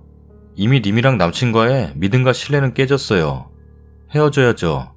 공중화장실 가자라. 물론 남친 친구는 남친을 뺏어보겠다는 건 맞으나 그 남자가 지킬 만한 가치가 있는 인간이 아니죠. 초점을 남자가 그랬다고 생각하시기보다는 그냥 편하게 여자와 했다고 생각해보세요. 과거 갈 때까지 간 전 여친과 님을 만나면서도 질질 끌려다니면서 입 맞추고 다 받아주고 과거는 과거니까 저도 정말 사랑한다면 이해해줄 수 있을 것 같아요. 근데 그게 저를 만난 이유라면 이야기는 또 달라질 것 같거든요. 스니님은 정말 운이 좋게도 그 당사자가 직접적으로 다 이야기를 해준 거잖아요. 신이 주신 기회예요. 지금 아니면 정말 못 헤어져요. 한 번씩 용서를 해주다 보면 또 시간이 흘러 결국 이도저도 아니게 돼요. 남친이 남자를 좋아하든 여자를 좋아하든 그게 중요한 게 아니라 자기는 강아지 되기 싫어서 난 가만히 있을 테니 네가 입 맞추라고 여지 두고 스킨십 흥타니까 절제 못하고 진짜 바람 피는 것 같으니 돈 드는 모텔 말고 화장실 가자고 하고 그냥 이게 인간성 그지 같은 부분이에요. 뭐래도 두 사람에게 다 적절한 조치인 게 하나도 없어요. 봐줄까라니. 바람 핀 걸 왜 봐줘요? 더군다나 사상에 글러먹었는데 모텔 가서 하는 건 바람이고 공중화장실은 괜찮다? 이게 제대로 된 사람의 머리에서 나올 생각인가요? 남친 성향이 그게 아니었으면 상대는 여잔데? 뭐 어떻게 자랐길래 모텔 아니고 화장실 가서 하면 바람 아니다란 말을 할 수 있는지 참 궁금하네요. 세상은 넓고 이상한 사람 참 많아요. 저는 예전에 남친 핸드폰에 웬 이상한 여자 셀카를 보고 뭐지 했다가 느낌이 쎄해서 다시 보니 그것이 여장한 남친이었어요. 그러다가 어느 날은 자다가 잠꼬대로 오빠, 하면서 몸을 베베 꼬길래 오만정 다 떨어지고 헤어졌어요. 엥? 썰닭입니다. 첫 번째 사연은 반대가 훨씬 많은 글이었어요. 이런 글은 안 올리는 게 낫긴 해요. 괜히 싫어요만 달리고, 특히 첫 사연에. 근데 뭔가 매번 똑같은 것보다는 다양한 걸 올리고 싶어요. 일단 첫 번째 사연은 방구 끼고 자빠졌네. 뭐? 수십 번 넘게 모텔 침대에 누워서 하나가 돼? 우리의 소원은 통일이야 뭐야? 남과 북이 하나 되는 거야 뭐야? 왔다 애인 없는 사람은 서러워서 살겠나? 글을 쓸 거면 좀 더 자세하게 써주세요. 그 모텔 침대가 얼마나 푹신한지, 스프링 소리가 나는지 안 나는지, 수건은 몇 개가 있는지. 뭐라는 거야? 두 번째 사연은 이것도 모텔이네. 남자 혼자 모텔? 돈 많아? 왔다 부자네. 나 같으면 국밥 한 그릇 먹고 택시 타고 집 가겠다. 2만원밖에 안 하겠구만. 세 번째 사연은 뭐야? 오픈 채팅? 마누라가 애 재우고 있는데 여자들이랑 히덕거리면서 게임하고 놀아? 그 좋은 거는 좀 자세하게 알려주지. 왜 이렇게 설명이 부실해? 네 번째 사연은 뭔 남자가 남자랑 입을 맞춰. 그 부분에서 사람들 영상 다 나갔겠다. 공중 화장실은 또 뭐야? 앞에 사연은 모텔 간다고 난리인데 여긴 모텔 안 간다고 난리네. 그리고 뭐? 가만히 있을 테니 네 하고 싶은 거에? 뭐야 저게? 밀당하는 거야 뭐야? 일단 남자끼리 그런 거 좋아하는 분들한테는 죄송한데 저는 토할 것 같아요. 다음 사연입니다. 안녕하세요. 27살 새댁입니다. 넋두리 겸 조언 듣고자 글을 써요. 맞춤법 및 띄어쓰기 오타 양해 부탁드립니다. 글이 많이 깁니다. 저는 5남매 중 늦둥이입니다. 큰오빠, 큰언니, 작은오빠, 작은언니, 저 이렇게요. 저희 작은오빠랑은 17살 차이가 나요. 저의 작은오빠의 와이프 올케언니가 바람을 피웠어요. 작은오빠네 식구는 오빠, 올케언니, 20살 큰딸, 16살 아들, 14살 딸입니다. 올케언니는 제가 6살 정도 됐을 때 시집을 왔어요. 그래서 올케언니는 저에게 친언니 같은 존재였고 부모님 돌아가시고도 올케언니와 함께 생활했습니다. 큰오빠는 연을 끊었어요. 부모님 돌아가신 후 빚 정리하고 조금 남은 재산 전부 작은오빠네 반전세와 세가구 드리는 데 쓰였어요. 저희 가족사 일일이 얘기하자면 너무 길지만 빼고 적겠습니다. 저희 올케언니는 정말 내성적이고 술도 한 모금 못하고 감정 표현도 거의 없는 사람이었어요. 그런데 재작년부터 성격이 많이 바뀌었습니다. 올케언니가 심심해서 다니던 학교 앞 식당이 있었어요.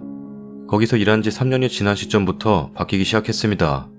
외모를 엄청 가꾸기 시작하였고 무교였는데 거기 식당 주인 아줌마와 함께 교회를 다니기 시작했어요. 매일같이 술을 먹고 집안일은 안 하기 시작했습니다. 성격도 애교스럽게 바뀌고 목소리도 콧소리를 넣으며 얘기하기 시작했어요.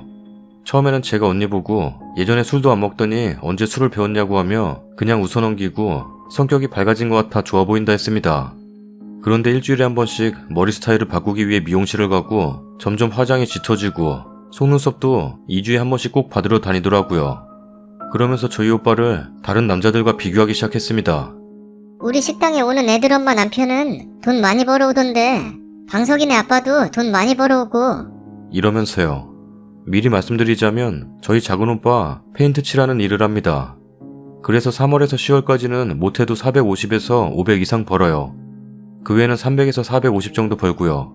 부수입으로는 쉬는 날 자주 날일 가서 기본 20 이상씩 받아오고요. 한 달에 3번에서 5번 정도 갔다 와요. 한 달 정도는 담뱃값 10만원만 받고 다른 지출은 없어요. 저희 올케언니는 60 벌어오면서 다른 집 남편들과 비교를 했습니다. 비가 와서 쉬게 되는 날이면 깊은 한숨을 쉽니다. 돈 못 벌어온다고요. 날일 간다 하면 좋아라 하고요. 혹여나 아프기라도 하면 왜 아파서 돈 벌러 못 가냐?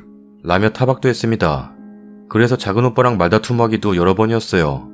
저희 오빠 추운 겨울에 높은 아파트에서 찬바람 맞아가며 일해도 따뜻한 작업복 한번 사주지도 않았어요. 구제집 가서 보온 잘 되는 잠바 하나면 되는데도 10년을 넘게 일해도 한 번은 사준 적 없어요. 저희 작은언니가 항상 사다 줬어요. 여름에 더위 먹기 직전이거나 더위 먹고 집에 와도 시원한 물 한 잔 준 적 없으며 보약 한 제 지어준 적 없습니다. 저희 언니와 저는 올케언니 너무한다 생각했지만 작은오빠가 일을 하기 전 200 정도 벌어서 생활했기에 올케언니 고생한다고 누구 하나 나서서 얘기하지 않았습니다. 오히려 쌀 떨어지거나 돈 없다고 하면 보탬이 되어주었어요. 장 봐주고 돈 주고 했고요. 그러다 작년 여름쯤부터 올케언니가 일 갔다 와서 옷 갈아입고 나 밖에 좀 나갔다 올게. 교회 사람들 만나러 간다. 이러고 나가서 밤 12시 새벽 1~2시에 술에 잔뜩 취한 채 들어오는 경우도 잦아지고 가스비 전기세 같은 공과금도 몇 달 체납이 되고 반전세 월 10만원 내던 집이 갑자기 월 45만원이 되었어요. 애들한테 들어가는 돈이 많아서 그리 됐다고 하더라고요. 첫째 조카 미용 배우는데 몇백씩 들어간다더라고요. 그렇구나 하며 넘어갔는데 올해 초에 또 사건이 터졌어요. 월세 45만원으로 바뀌고 나서도 한 번도 돈을 안 내서 보증금이 몇백밖에 남지 않았다고요. 오빠가 월급 타면 보름도 채 되지 않아 돈이 하나도 없다 했습니다. 최근에는 애들 급식비까지 6개월 정도 밀렸고요. 가스비 전기세는 계속 밀린 상태에서 안 끊길 정도로만 내는 정도였습니다. 언니들과 저는 이상하게 생각되었고 바람난 것 아니냐며 의심을 하기 시작했어요. 저희 오빠와 술 먹고 늦게 들어오는 걸로 큰 싸움이 나자 이번에는 운동을 하러 나간다며 서너 시간씩 있다 들어오기 시작해서 작은언니가 오빠에게 의심스럽다고 한번 잘 살펴보라 했는데 금요일날 일이 터졌습니다. 정말 바람을 피웠더라고요. 작은오빠가 목요일 밤 운동 마치고 들어와 피곤하다고 먼저 잔다는 올케언니 폰을 몰래 봤습니다. 목요일에 어떤 남자와 여보 자기하며 보고 싶다, 사랑한다 등등 당일에 카톡을 보게 되었어요. 그전 내용은 없었고요. 그날 뜬 눈으로 새고 애들 학교 직장 보낸 뒤 오빠가 언니에게 남자 생겼냐 물으니 아니라고 발뺌하기에 전날 카톡을 카메라로 찍은 거 보여주니 남자가 생겼다고 시인을 했고 잠자리까지 했다고 시인했다네요. 그 남자에게 전화해서 다 알고 있다고 보자고 하니 그 남자가 알겠다고 하여 그날 저녁 작은 형부와 작은 오빠 둘이서 그 남자를 만났대요. 그 남자도 만나는 사이고 잠자리까지 갔다는 걸 시인했습니다. 너무 당당하게 얘기하는 그 사람 때문에 작은 형부가 너무 화나서 발로 정강이 걷어찼습니다. 작은 오빠는 가만히 있었고요. 민사 걸어서 위자료 소송할 거라고 얘기도 하고 시인하는 거 듣고 헤어졌습니다. 아, 그 남자 만나는 자리에 그 남자와 올케 언니 같이 왔습니다. 오빠가 올케 언니는 집으로 중간에 돌려보냈고요. 그 남자 만나고 난 후 언니들과 저, 오빠, 형부 이렇게 술을 먹는데 저희 오빠 서글프게 울더라고요. 집사람이 미운데 애들 생각하면 이혼을 다시 생각하게 된다. 라면서 서글프게 울더라고요. 그래서 집에 있는 아이들 저희가 데려나와 큰언니 집으로 갔는데 막내 조카가 그러더라고요. 엄마 바람난 거 맞냐고. 얘기해주지도 않았는데요. 아니라고. 엄마가 아빠한테 큰 잘못한 게 있어서 잠시 떨어져서 생각해보기로 한 거라고 달래주었습니다. 그날 밤 막내 조카가 저희 신랑한테 그랬다더라고요. 자기는 바람핀 거 알고 바람핀 남자 이름도 알고 있다고. 예전에 엄마 카톡 봤다고. 엄마 아빠 이혼할까봐 그 남자 카톡 차단시켰다고. 술 먹고 이상한 짓 한 거 다 안다고요. 신랑에게 그 말 듣고 어린 게 상처받았을 거 생각하면 억장이 무너져서 펑펑 울었습니다. 그 다음날 올케 언니는 아침 일찍 짐 싸들고 친정 간다며 오빠에게 미안하단 말만 남기고 나갔습니다. 언니 오빠들에게 막내 조카가 얘기했던 걸 얘기해주니 작은 오빠 애들만은 모르게 끝내려 했는데 애들한테 다 들켜가면서도 만난 거야? 라며 소리내며 펑펑 울었습니다. 그러곤 이혼할 거라고 마음을 겨우 다잡았네요. 여기까지 일이 해결된 거라 믿었습니다. 가까이 사는 언니들이 오빠 집 왔다 갔다 하며 밥도 해주고 청소도 해주고 빨래도 해주고 오빠는 다시 돈 열심히 벌어서 전세도 구하고 애들 대학 등록금 모을 거라고요. 그런데 그 남자가 오빠한테 전화와서는 자기 발로 찬 거 고소할 거래요. 그래서 고소하라 했습니다. 올케 언니 동생은 조카들에게 전화해서 아빠 고모들 믿지 말라고 아빠가 돈 못 벌어서 싸우다가 헤어지게 된 거라고 애들한테 거짓말을 합니다. 큰 조카는 오빠에게 얘기를 들었고 둘째 조카는 잘 모르는 상황이고 셋째 조카는 저희보다 먼저 알고 있는 상황입니다. 엄마 몰골이 장난 아니며 몸이 아프다고 엄마 불쌍하다고 아빠가 돈도 제대로 안 주고 해서 이것저것 밀린 거라고 애들한테 얘기하는 걸 막내 조카가 녹음해서 저희에게 이모가 거짓말한다며 들려주더라고요. 6월달 월급이 530만 원이었습니다. 보름도 안 돼서 그 돈 다 쓰고 작은 언니에게 돈까지 빌렸습니다. 보험료 내야 한다고요. 그렇다고 밀린 방세며 공과금, 애들 급식비 하나도 안 냈는데 530이란 돈은 어디로 간 거며 저런 거짓말을 애들에게 어떻게 할까요? 저희 오빠 자기 마누라 자식밖에 모르고 살았습니다. 밀린 게 정말 많아도 정말 급해서 쓸 곳이 있었을 거야. 하며 더욱 열심히 일했고요. 돈 가지고 한 번도 뭐라 한 적 없고 오히려 자기가 무능한 탓이라고 미안해했습니다. 올케 언니에게 서운해서 오빠에게 말하면 올케 언니 편 들던 사람이지 저희 편 한 번 들어준 적 없고 담뱃값 10만 원 받아가는 것도 눈치 보며 받아가던 바보 호구 멍청이였습니다. 이 문제를 어떻게 풀어나가는 게 좋을까요? 정말 답답합니다. 간통죄라도 있으면 두년놈을 집어쳐넣고 싶은데 그것도 안 되고 오히려 뻔뻔한 두년놈. 애들한테 상처 주고도 버젓이 잘 사는 두년놈 가만두지 못하겠습니다. 어떻게 풀어나가는 게 좋을지 조언 부탁드립니다. 긴 글 읽어주셔서 너무 감사합니다. 댓글입니다. 당연히 맞고소 하셔야죠. 정강이 한 대 찼다고 민사? 지나가던 개가 비웃습니다. 근데 외도는 달라요. 간통죄 없어졌다고 해서 불륜이 인정되는 건 아닙니다. 위자료 충분히 받을 수 있어요. 그리고 이혼도 절대 합의해주지 마시고 이혼 소송으로 가세요. 월세도 밀리고 애들 급식비도 밀렸다? 남편이 돈을 안 주는 것도 아닌데? 외도뿐 아니라 이 부분도 충분히 이혼 소송 가능합니다. 어쨌든 여기에 글을 올리기보다는 변호사 찾아가셔서 상담받고 이혼 소송 진행하세요. 대한법률구조공단이라고 있으니 여기에 전화하셔서 상담 약속 잡아보시고 상담받은 후 별로다 싶으면 일반 로펌 변호사 찾아가시면 됩니다. 어쨌든 하루라도 빨리 변호사 찾아가 상담받으세요. 맞고소 하시면 되겠네요. 외도 인정했고 증거 있으면, 심지어 애가 알고 있다면 승소하겠는데요. 고소장 오면 변호사 고용하시면 돼요. 되려 위자료 받으시겠네.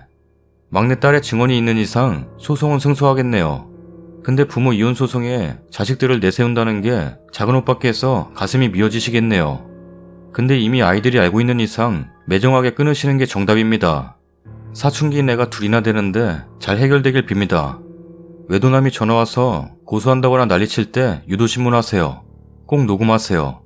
전화 못 받거나 안 받아서 문자 오면 그것도 보관하세요. 그리고 막내 조카 이모한테 연락 왔던 것들 녹음되어 있는 것도 보관하시고요. 이제는 자료 싸움이 되겠네요. 증인은 있고요. 그 남자가 저딴 식으로 대책 없이 난리치는 거 보니 여자 위자료 나가고 개털되면 그 여자까지 버리겠네요. 옆에서 마음 추스를 수 있게 잘 도와주세요. 월세가 갑자기 10만원에서 45만원이 된 게 아니라 보증금을 3,500만원 빼간 거일 수도 있어요. 집주인한테 전화해서 알아봐야 할 듯요. 반전세인데 월세를 그만큼 올리기가 쉽지 않을 텐데 꼭 전화해서 확인해보라 하세요. 여기에 글 올려서 고민하지 말고 이혼 변호사한테 가서 상담받는 게 정확하고 빠를 거예요. 정강이한데 정말 많이 나와도 벌금 쬐금 나오겠네요. 위자료에 비하면 아주 적은. 그 상간남한테도 위자료 청구하고 올케한테도 당연히 청구하세요. 재산 분할과는 다른 성격의 것이라 재산 이구업권은 안 중요합니다. 돈이라도 받으세요. 이미 정은 떨어질 대로 떨어졌고 애들도 어지간히 다 컸으니 엄마 불륜으로 이혼한다는 걸 확실하게 말해주세요. 저 올케 언니의 경우를 두고 옛날 사람들이 한 말이 있죠. 호강에 초쳐서 요강을 깨트린다고. 지복을 지가 찾네요. 맞소송 거세요. 이혼 진행하면서 민사로 그놈에게도 가정 깨트린 죄로 위자료 청구해서 혼쭐을 내세요. 아니 왜 자식 앞길을 막아가면서 저 난리를 떤 건지 이해가 안 되네요. 추가 글입니다. 좋지도 못한 일로 토커들의 선택이 되었네요. 많은 분들께서 관심 가져주시고 소중한 댓글 달아주셔서 너무 감사합니다. 주작이라고 2분 정도 댓글 달아주셨는데 주작이었으면 정말 좋겠습니다.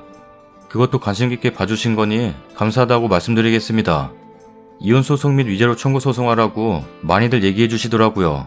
저희 오빠가 내일 변호사 사무실 가서 어떻게 처리해야 하는지 알아보고 두 년놈들에게 소송하기로 하였습니다. 저희 큰조카는 오빠에게 다시 같이 살면 안 되겠냐고 요구를 하였고 상황을 잘 모르고 얘기한다는 판단하에 성인이기도 하여 오빠가 모든 내용을 알리고 아빠의 현재 심정 및 카톡 내용을 모두 보여주었습니다. 저희 조카는 오열을 하였고 아빠 불쌍해서 어떻게 하냐고 하며 많이 힘들어했습니다. 저에게 전화와서 많이 울었고 저 또한 많이 달래어주었는데 저에게 큰조카가 얘기하더라고요. 자기가 싫지 않냐고요. 충격이었습니다. 네가 왜 싫어? 금쪽 같은 내 조카인데 어찌 그렇게 생각을 하냐고 하니 엄마가 잘못을 저질렀고 자기가 그 엄마의 자식이기도 하니 밉고 싫을 것 같다고 하더라고요. 아니라고. 절대 아니라고. 엄마의 딸이기도 하지만 넌 아빠의 딸이다. 내가 생각하는 조카이고 항상 널 사랑하고 항상 행복하길 기도한다고 했습니다. 고작 20이라는 어린 나이입니다.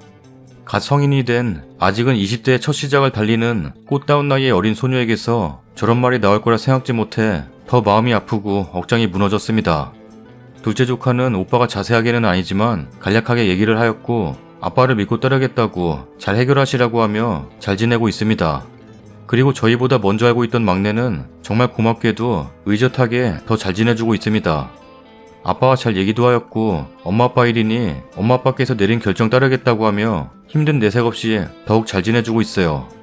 그리고 그놈 만났을 때 혹여나 연락두절 때문에 민증 찍어놓은 게 있었는데 그놈 집이 맞는지 확인차 작은 언니와 형부, 신랑, 저 이렇게 찾아가 보니 그놈 집은 철거 지역이라 빈집만이 있었습니다. 그 사람 직업이 일용직 노가다꾼이고요. 그래서 주소지는 명확하지가 않아 소장 날릴 때 어떻게 해야 할지 변호사 사무실에 문의를 해야 할 것 같아요.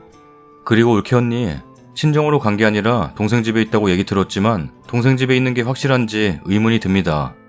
동생이 저희 조카에게 엄마가 힘들어 보여 엄마 몸보신하라고 삼계탕 먹이고 엄마는 이모 집에서 쉬고 있다고 했다는데 삼계탕 먹지도 않고 삼계탕 냄새도 싫어해서 삼계탕집 지나갈 때 코 막고 지나가던 사람인데 그걸 먹었다는 게 의문이 드네요. 그 남자와 함께 있을 가능성도 있다고 생각 중입니다. 오늘 신랑이랑 병원 다녀오는 길에 오빠 집에 들렀습니다. 저녁쯤 가니 큰언니가 반찬 만들고 있더라고요. 집에 반찬도 하나도 없었다네요. 식당에서 매번 반찬 가져와서 애들 밥 줬는데 그마저도 거의 다 떨어지고 사건 터지기 전날은 치킨 시켜주고 운동 간다는 핑계로 그놈 만나러 갔더라고요. 거기다 쌀도 한 주먹밖에 없더라고요. 그 사건 터진 뒤로 오빠가 집에서 밥을 안 먹었는데 그렇다면 사건 터지기 전 쌀이 떨어졌다는 얘기인데 이것저것 없는 것은 왜 그리 많은지. 올케 언니에게 월급 통장과 카드 받았는데 잔액 조회해보니 몇천원 뿐이라네요. 그래서 곧 오빠 월급날이기도 하고 저희도 여유로운 집이 아니라 10만원을 주고 신랑이랑 막내 조카랑 마트 가서 장 봐주고 왔어요. 막내 조카 마트 따라갈 거라며 옷 갈아입다가 저를 부르기에 들어가 보니 청바지 단추가 떨어져 있다고 하네요. 떨어진 거 몰랐냐고 물으니 빨래 개놓은 거 입은 거라고 몰랐다고 하네요. 자기 딸 단추 떨어진 거 보면 옷수선에 맡겨야 하는 거 아닌가요? 정신이 딴 곳에 있으니 떨어진지도 몰랐을 수도 있겠네요. 마트 가는 길에 옷수선 맡겨서 단추 다시 달았습니다. 그렇게 같이 고깃집 가서 고기도 먹고 저는 집으로 갔어요. 작은 오빠는 마음 단단히 먹고 아이들만 생각하기로 했고요. 그런데 두 년놈들 다 집도 차도 돈도 없는 빈털터리들이라 소송 진행해도 위자료나 받을 수 있을지 의문이네요. 많이들 걱정해 주셨는데 걱정해 주신 만큼 저희 오빠와 조카들은 잘 이겨나가고 있는 것 같아요. 소송하면 또 시끄러워지겠지만 마음은 잘 추스리고 있습니다. 막내 조카는 방학하면 저희 집에 있기로 했어요. 둘째 조카는 천식에 강아지 털 알레르기가 있는데 저희 집 강아지들 때문에 못 오고 작은 언니 집으로 가기로 했어요. 소송을 진행하거나 다른 소식이 있으면 또 추각을 적겠습니다. 내일같이 환해주시고 조언해주셔서 정말 감사합니다. 다음 사연입니다. 저에게는 친정엄마 장례식장에서 남편 걱정만 하다간 시어머니가 계세요. 저는 이걸로 인연 끊을 생각까지 하는데 남편은 엄마가 일부러 그런 것도 아니고 실수한 거니 넘어가자는 뉘앙스예요. 어떤 이야기인지 말씀드리자면 친정엄마는 길다면 길고 짧다면 짧은 투병 생활을 하시다 돌아가셨는데 정말 잘 지내시다가 갑자기 안 좋아져서 응급실 들어가시고 3일 만에 돌아가셨어요. 3일 병원에 계시는 동안 저랑 동생이 교대로 지켰고 마지막 가는 길은 밤새 제가 지키고 있었던 상황이었어요. 거의 이틀 이상은 잠도 제대로 못 잔 상황이고 새벽에 돌아가셔서 꼴딱 밤샌 상황이었어요. 남편은 집에서 대기 중이었고 돌아가시기 하루 전은 남편만 휴가를 써서 집에서 쉬고 있었던 상황이었어요. 저는 일 마치고 엄마 지키러 간 상황. 돌아가신 날 새벽에 가족들한테 연락 돌리고 4시간 거리에 있는 친언니가 올라올 때까지 엄마를 지킨 상황입니다. 언니가 엄마를 모시고 친정이 있는 지역으로 내려가는 거 보고 저도 집으로 돌아가 일주일치 짐 싸서 남편과 같이 친정으로 내려가야 했어요. 서울에 있는 병원에서 경기도인 저희 집까지 1시간 반 운전하는데도 너무 졸리고 피곤해서 집중이 안 되더라고요. 진짜 여기저기 전화하면서 잠 깨며 겨우 집에 도착해 씻고 친정으로 출발하는데 남편이 운전을 했어요. 저는 타자마자 잠이 들었고요. 평일이지만 막히는 시간 포함해서 5시간 걸렸어요. 남편한테 미안했지만 정말 운전할 상황이 아니었어요. 평소에 친정 갈 때는 제가 거의 운전해서 갑니다. 여튼 도착해서 조문 오신 분들 맞이하고 정신없는 첫날을 보냈어요. 문제는 둘째 날인데 시어머니는 혼자 내려오기 먼 지역이라 남편 고향 친구들이 퇴근하고 내려오는 길에 모시고 왔더라고요. 시아버지는 안 계신 상태입니다. 시누이가 한 명 있는데 임신 초기라 안정 취해야 한다고 안 오고 시누 남편은 그쪽 어르신이 아프신 상황이라 못 내려온다고 어머님이 대표로 오신 상황이었어요. 친구들이 퇴근하고 와서 그런지 장례식장 도착 시간이 새벽 1시가 넘었었어요. 그래서 너무 미안하기도 해서 어머니께 와주셔서 감사하다고 고생이 많으셨다고 인사드리며 식사 준비를 하는데 남편 친구들도 너무 피곤해 보이더라고요. 그래서 오빠들도 돌아가면서 운전한다고 너무 힘들었겠다고 오는데 얼마나 걸렸냐고 하니 교대 운전한다고 5시간 정도 걸렸다는 거예요. 그래서 제가 진짜 와줘서 고맙다고 너무 고생 많았다고 감사 표현했어요. 이 상황까지 남편은 없었어요. 밖에서 친구들 기다리다 엇갈린 상태. 무튼 식사하면서 이런저런 이야기하는데 시어머님이 그러시더라고요. 너희는 어떻게 내려왔냐? 저희도 차 타고 내려왔어요, 어머니. 운전은 누가 했냐? 방구 씨가 했어요. 혼자 운전할 거리가 아니던데. 어머니, 제가 며칠 밤을 새고 잠을 못 자서 운전할 여건이 안 되었어요. 그랬더니 또 여기는 혼자 운전할 거리가 아니던데. 정말 제가 운전할 상황이 아니었어요. 이런 대화 중에 남편이 왔고 이런저런 이야기를 하는데 친구들 반찬이 모자란 것 같아서 남편이 가지러 가더라고요. 그 모습을 본 어머님. 아이고, 우리 방구 피곤해서 힘들겠다. 저는 정말 벙쪘어요. 한 번 더 말씀하시는 어머님. 우리 방구 피곤해서 힘들겠다고. 그래서 저는 정말 그 상황이 어이없어서 나중에 가실 때 배웅도 건성으로 하고 친언니에게 가버렸어요. 장례식이 다 끝나고 남편에게 이 상황을 말했더니 엄마가 너한테 쌓인 게 있었나 보네. 라는 남편. 그동안 신우도 남편도 저한테 며느리 놀이 안 한다고 난리친 적이 여러 번인데 저는 그때마다 도리는 내가 할 만큼 하고 있고 친정보다 더 잘 챙긴다고 답했었어요. 도리 운운하던 신우는 엄마 장례식에 오지도 않고 연락도 없고 부의금만 남편한테 띡 보냈었어요. 이게 너희 집이 말하는 도리냐고 남편한테 따졌더니 아무 말 없더라고요. 신우도 시어머니의 언행을 듣고 이건 엄마가 잘못했다고 인정했다던데 남편은 엄마가 잘못한 거지만 일부러 그런 것도 아니고 엄마가 가끔 눈치 없이 말하는 것도 있어. 라면서 편들더라고요. 그래서 저는 나는 내 맘이 풀릴 때까지 안 보고 싶어. 지인이 치르는 장례식에서도 말 한마디 한마디 조심하는 판국에 며느리 앞에서 아들 걱정만 하고 가는 게 당연한 거야? 누가 봐도 내가 제일 힘들고 고된 일정을 보내고 있는데 아들 걱정을 왜 나한테 하시는 거야? 나는 엄마 장례식 생각하면 어머님 만행밖에 안 떠오르니까 마음속에서 잊혀질 때까지 안 뵙고 싶다. 라고 했어요. 그랬더니 내키지 않는 표정이지만 남편도 알겠다더라고요. 그러다 일주일 뒤에 시어머니 생신이라 신우가 연락 와서 저녁 먹자는데 저는 안 간다고 누구 축하해줄 마음도 없고 그게 어머니라면 더욱더 안 가고 싶다고 했더니 남편 혼자 다녀오더라고요. 사실 시아버님 돌아가시고 저희 아빠 생신이 바로 있었는데 저희 집은 무슨 생일이냐며 내년에 챙겨도 된다고 오지 말라고 혼자 계신 시어머니 위로하라 하셨는데 시댁은 친정엄마가 돌아가셔도 시어머니 생신은 꼭 축하하고 싶었나 봐요. 이래서 남인가 싶었는데 이어서 바뀌는 시어머니 카톡 사진, 저만 없는 그들만의 축하 사진. 엄마 돌아가신 지 일주일 만에 자기 생일 축하 사진을 올리고 싶으셨나 봐요. 남편은 이런 것도 의미 부여하지 말라고 제가 예민한 거라고 하는데 정말 정이 뚝 떨어지더라고요. 지금도 시댁 외엔 남편이랑 사이가 좋은데 시댁만 엮이면 서로 싸우게 되는 상황이에요. 저도 알아요. 시모는 아기가 있어서 그런 말을 한 게 아니란 걸. 하지만 어른이라면 그 상황에 아들 걱정이 되더라도 그걸 상치르고 있는 며느리한테는 말하면 안 되는 걸 알아야 한다 생각해요. 자기 아들한테만 말했으면 좋았을 텐데 이런 걸로 인연 끊는 제가 이상한가요? 덧붙여 어머님이 일이 있고 얼마 안 지나 제가 축하받을 일이 있어서 용돈을 주셨는데 제가 받기 싫다고 남편한테 돌려드리라 하니 엄마가 주신 거 거절하는 것도 예의가 아니야. 감사 문자 보내. 라고 하는 남의 편. 문자 안 보냈더니 화내던 남의 편. 진짜 시댁 아니면 너무 잘 맞는 부부인데 시댁 때문에 이혼 생각 많이 났어요. 몇 달이 지난 지금은 무뎌진 것 같은데 연말이 오고 설날 생각하니 또 시댁에 가기 싫어지네요. 댓글입니다. 시어머니도 지 아들만 알고 생각 없지만 남편이 하는 말 보면 그 엄마의 그 아들이네요. 엄마 돌아가신 속이 온전한 속일까? 위로받고 보듬어줘도 얼마나 슬프고 힘겨울 텐데 참 생각들 없네요. 너한테 쌓인 게 있었나 보네. 이런 남편과 문제없이 잘 지낸다?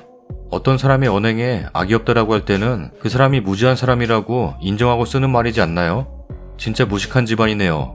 평소에 입으로 경우 따지는 집안은 강약약강 따져서 경우 지키는 집들이 많더라고요. 시모도 시모지만 그 상황에 저런 말은 뭐야. 남편 주댕이 보소. 말은 뇌를 거쳐서 뱉으라고. 시어머니보다 남편이 더 꼴보기 싫다. 진짜 어이가 없다. 그 말이 친정엄마를 보내드린 아내 앞에서 할 말인가? 시댁이 아무리 믿고 짜증나도 남편만 내 편이면 살아가지는 게 결혼생활인데 이 집 남편은 생판 남이 봐도 정 떨어지네. 그놈의 예민하다는 말로 가스라이팅 안 했으면 좋겠다. 부모님 세대와 세대 차이 어느 정도는 이해한다고 생각하는 사람인데도 며느리도 내 가족이며 자식인데 부모 떠나보낸 자식에게 저런 막말을 하네. 신우는 임신했으면 안 오는 게 맞아요. 하지만 시어머니가 그랬으면 전 그 자리에서 남편 데리고 가시라고 소리 질렀을 거예요.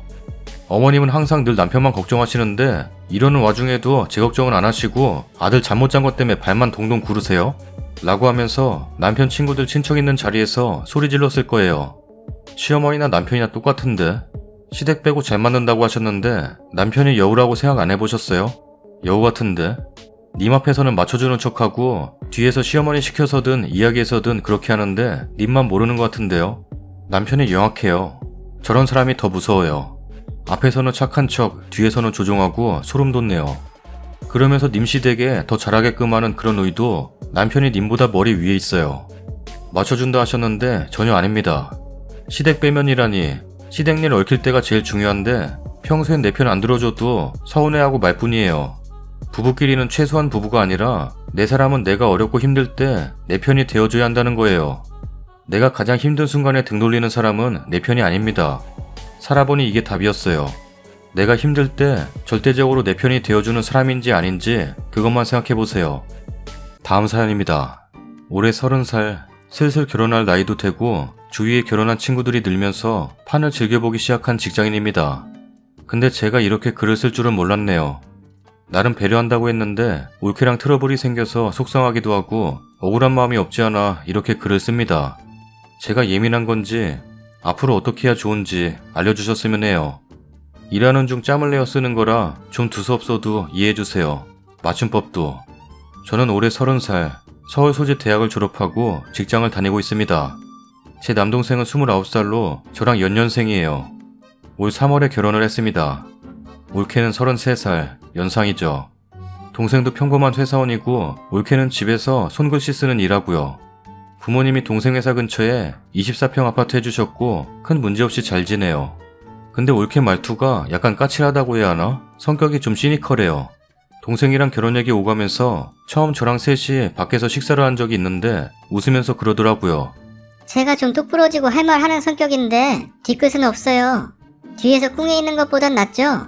라고 하는데 뭐 어떤 사람인지 잘 모르고 동생이랑도 큰 문제 없이 3년 정도 연애한 터라 농담처럼 넘어갔습니다.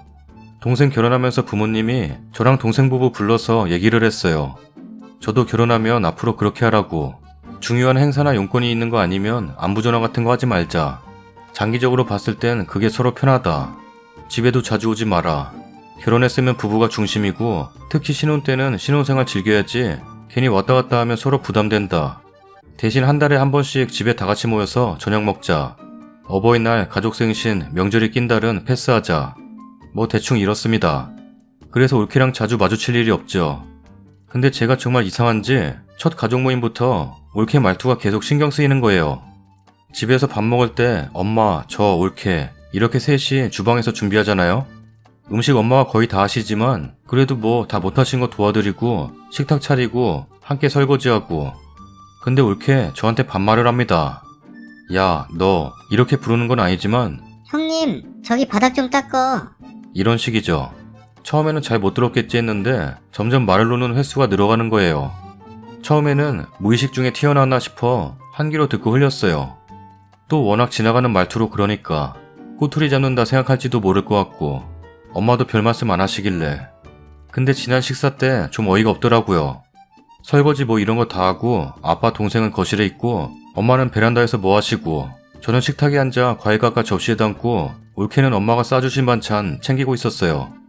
제가 과일 그래도 올케가 가져가면 더 좋아 보일 것 같아서 저 이거요 이러면서 과일 접시를 내밀었어요. 포크까지 다 준비해서 그냥 거실 들고 가서 먹으라고. 전 배불러 별로 먹을 생각도 없었고요. 올케가 아버님 어머님 과일 드세요 이러는 화기애애한 분위기 예상하면서요. 근데 과일 접시 받아가면서 제 옆구리를 꾹 찌르면서 나 반찬 챙기느라 정신없는 거 알면서 일부러 나 부려먹는 거야? 이러는 거예요. 웃는 표정 아니었고 좀 짜증난다는 듯이. 너무 불쾌하더라고요. 어이도 없고. 그래도 그냥 넘어갔어요. 그리고 이 글을 쓰게 된 일이 터졌죠. 저희 회사 계열에 의류 브랜드가 있는데 거기서 사고 싶은 옷이 있는데 직원 할인 받을 수 없냐고 그래서 만났어요. 올케가 먼저 만나자고 했고 제 덕분에 싸게 샀다고 밥을 산다면서 제가 먹고 싶은 거 아무거나 먹으라고 하네요. 제가 고민하니까 아, 답답해요. 빨리 골라. 이러네요. 이 부분에서 추가할게요. 저는 이제까지 올케한테 한 번도 말 놓은 적 없었어요. 쇼핑하면서도 그게 괜찮은 것 같아요. 아니에요. 그러고 계속 존대하는데 올케는 자꾸 말 뒤를 짜라는 거예요. 옷 고르는데도 이건 어때? 괜찮지? 이러고 결국 뭐 먹을까 얘기하다 올케가 아, 답답해요. 빨리 골라. 이러는데 울컥한 거죠. 나만 병구같이 말 높이는 것 같고. 그래서 밥 먹으면서 저도 말 뒤를 잘랐어요. 지금은 그러지 말 걸 후회하는데 진짜 자기 때문에 일부러 시간 내서 와줬는데 진짜 얄밉더라고요. 그 후 나눈 대화. 우리 이렇게 얼마나 먹는지도 모르고 막 먹다가 나중에 계산할 때 기절하는 거 아닌가? 그래서 일부러 초밥 먹자고 했으면서 뭘 또 아닌 척을 하고 그래. 아닌데? 갑자기 고르라니까 생각나는 게 없었는데. 나는 진짜 바로 옆에 초밥집이 있길래 아무 생각 없이. 이번에는 정말 당황해서 말 흐렸어요. 너무 당황하고 화도 나서 가만히 있으니까 올케가 치. 이러고 한쪽 입술만 올라가게 그렇게 웃는 거 있잖아요. 그러면서 못된 시누이 노릇하려다 딱 걸렸어. 딱 걸렸지? 이러는 거예요. 젓가락을 까딱까딱. 암튼 보는 사람 엄청 기분 나쁘게. 아무리 제가 좀 편하고 만만해도 이건 아니지 않나 싶더라고요. 제가 나이가 어려도 윗사람인데. 하도 어이없어서 가만히 쳐다봤어요. 나름 표정으로 지금 뭐 하는 거예요? 이렇게 얘기한 거죠.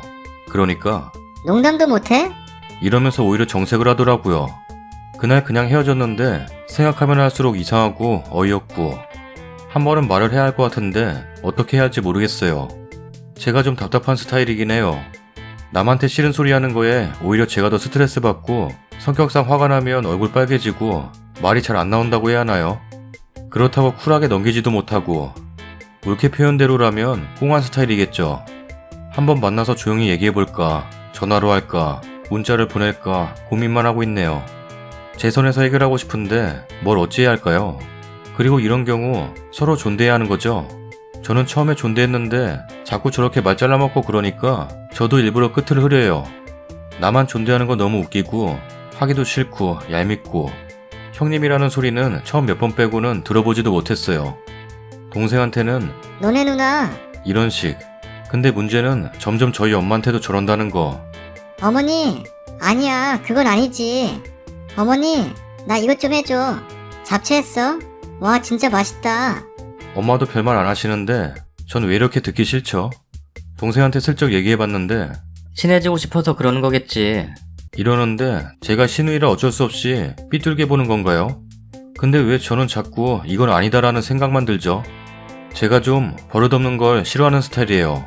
남자를 만나도 예를 들면 남자가 서빙 보시는 분한테 말을 자른다던가 카드를 손가락 사이에 껴서 계산하는 암튼 그런 거에 좀 예민해요. 인간관계에 있어서 기본 예의는 당연하다고 보거든요. 회사에서도 저보다 직급 아래인 경우에도 당연히 존대하고요. 물론 서로 합의가 있으면 모르겠지만 나이 많다고 윗사람이라고 상대에게 함부로 대하는 사람들 정말 싫어하는데 왜 하필이면 올케가 그러는지 모르겠어요. 안 봐도 될 사람이면 말 안 하고 안 보고 말면 되는데 올케는 그게 아니잖아요. 그리고 목소리는 뭐 타고난 거니 올케 탓은 아니겠지만 목소리가 완전 하이톤이에요. 까랑까랑. 그래서인지 본인은 장난 아니면 애교 아니면 뭐 친근함의 표현일지도 모르지만 듣는 입장에서는 상당히 거슬립니다. 댓글입니다. 3살 가지고 장난치나? 내가 늦둥이여서 우리 새언니와 나이 차이가 어마어마한데도 우리 새언니는 어릴 때부터 나한테 반말 한 번 한 적 없는데 올케 점점 말이 짧아지시네요. 이러다가 이제 곧 절친이라고 욕도 트시겠어요. 엄마한테 말 자를 때도 지금 엄마한테 반말하시는 거예요? 라면서 한 번씩 쪽을 주세요. 그리고 끝에 꼭 그 말을 붙이세요. 올케도 할 말하고 뒤끝 없는 성격이니까 이해하죠? 라고 하세요. 저런 여자애들 주변에 어딜 가나 꼭 있는 것 같네요. 일단 반말조로 시어머님한테까지 하는 걸 보면 만만하게 본 겁니다. 남편도 연하고 시누이도 연하고 어머니 아버님 터치 없으시고 반찬도 챙겨주셔 밥 차려줘 상황을 만들어줬네요. 저 올케 같은 사람들 특징이 지보다 센 사람 앞에선 빌빌대고 약해 보이면 무시하고 만만하게 보는 정말 짜증나는 부류죠. 부모님 모셔놓고 가족들 다 있는 앞에서 얘기해봤자 저 여자가 분명 어머, 저는 그냥 친해지려고 그런 건데. 뭐 이런 식으로 나가면 님도 그냥 얼굴만 빨개져서 아무 말도 못하시고 동생까지 그래 누나 왜 오해해? 라는 말 오가면 더 연락이 생겼네요. 밖으로 불러내서 술 한잔 하자고 해요.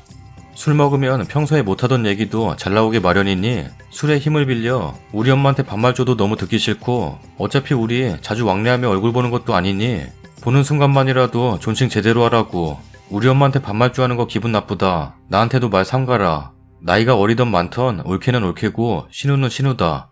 이렇게 딱 선을 그으세요. 뭐 지 맘대로 하고 사는 성격인 것 같은데 본인이 못 움직이면 갈수록 가관일 겁니다.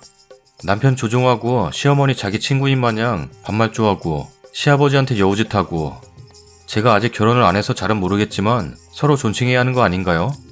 어린 시누이한테 말 짧게 하는 것도 저는 기본적인 예의가 아니라고 보는데 시어머니한테도 저리 말을 한다면 웬만한 집에선 가정교육 잘못 받았다느니 하는 그런 말 듣고도 남을 것 같네요. 제 여동생 먼저 결혼을 해서 제부가 저랑 동갑이지만 서로 반말은 어색하고 어색하게 존칭 쓰는 사이인데 님 가족들도 정리가 좀 필요할 듯 하네요. 스타일이 다르신 것 같아요, 두 분.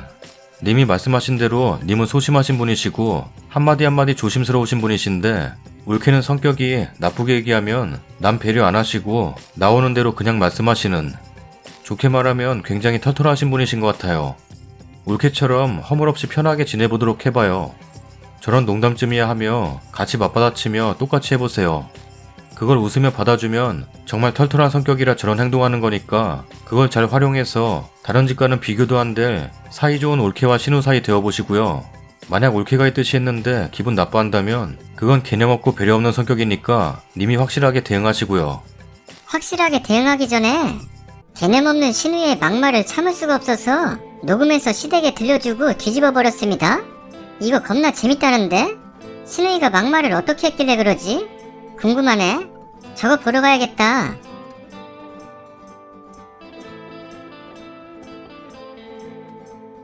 뿅뿅.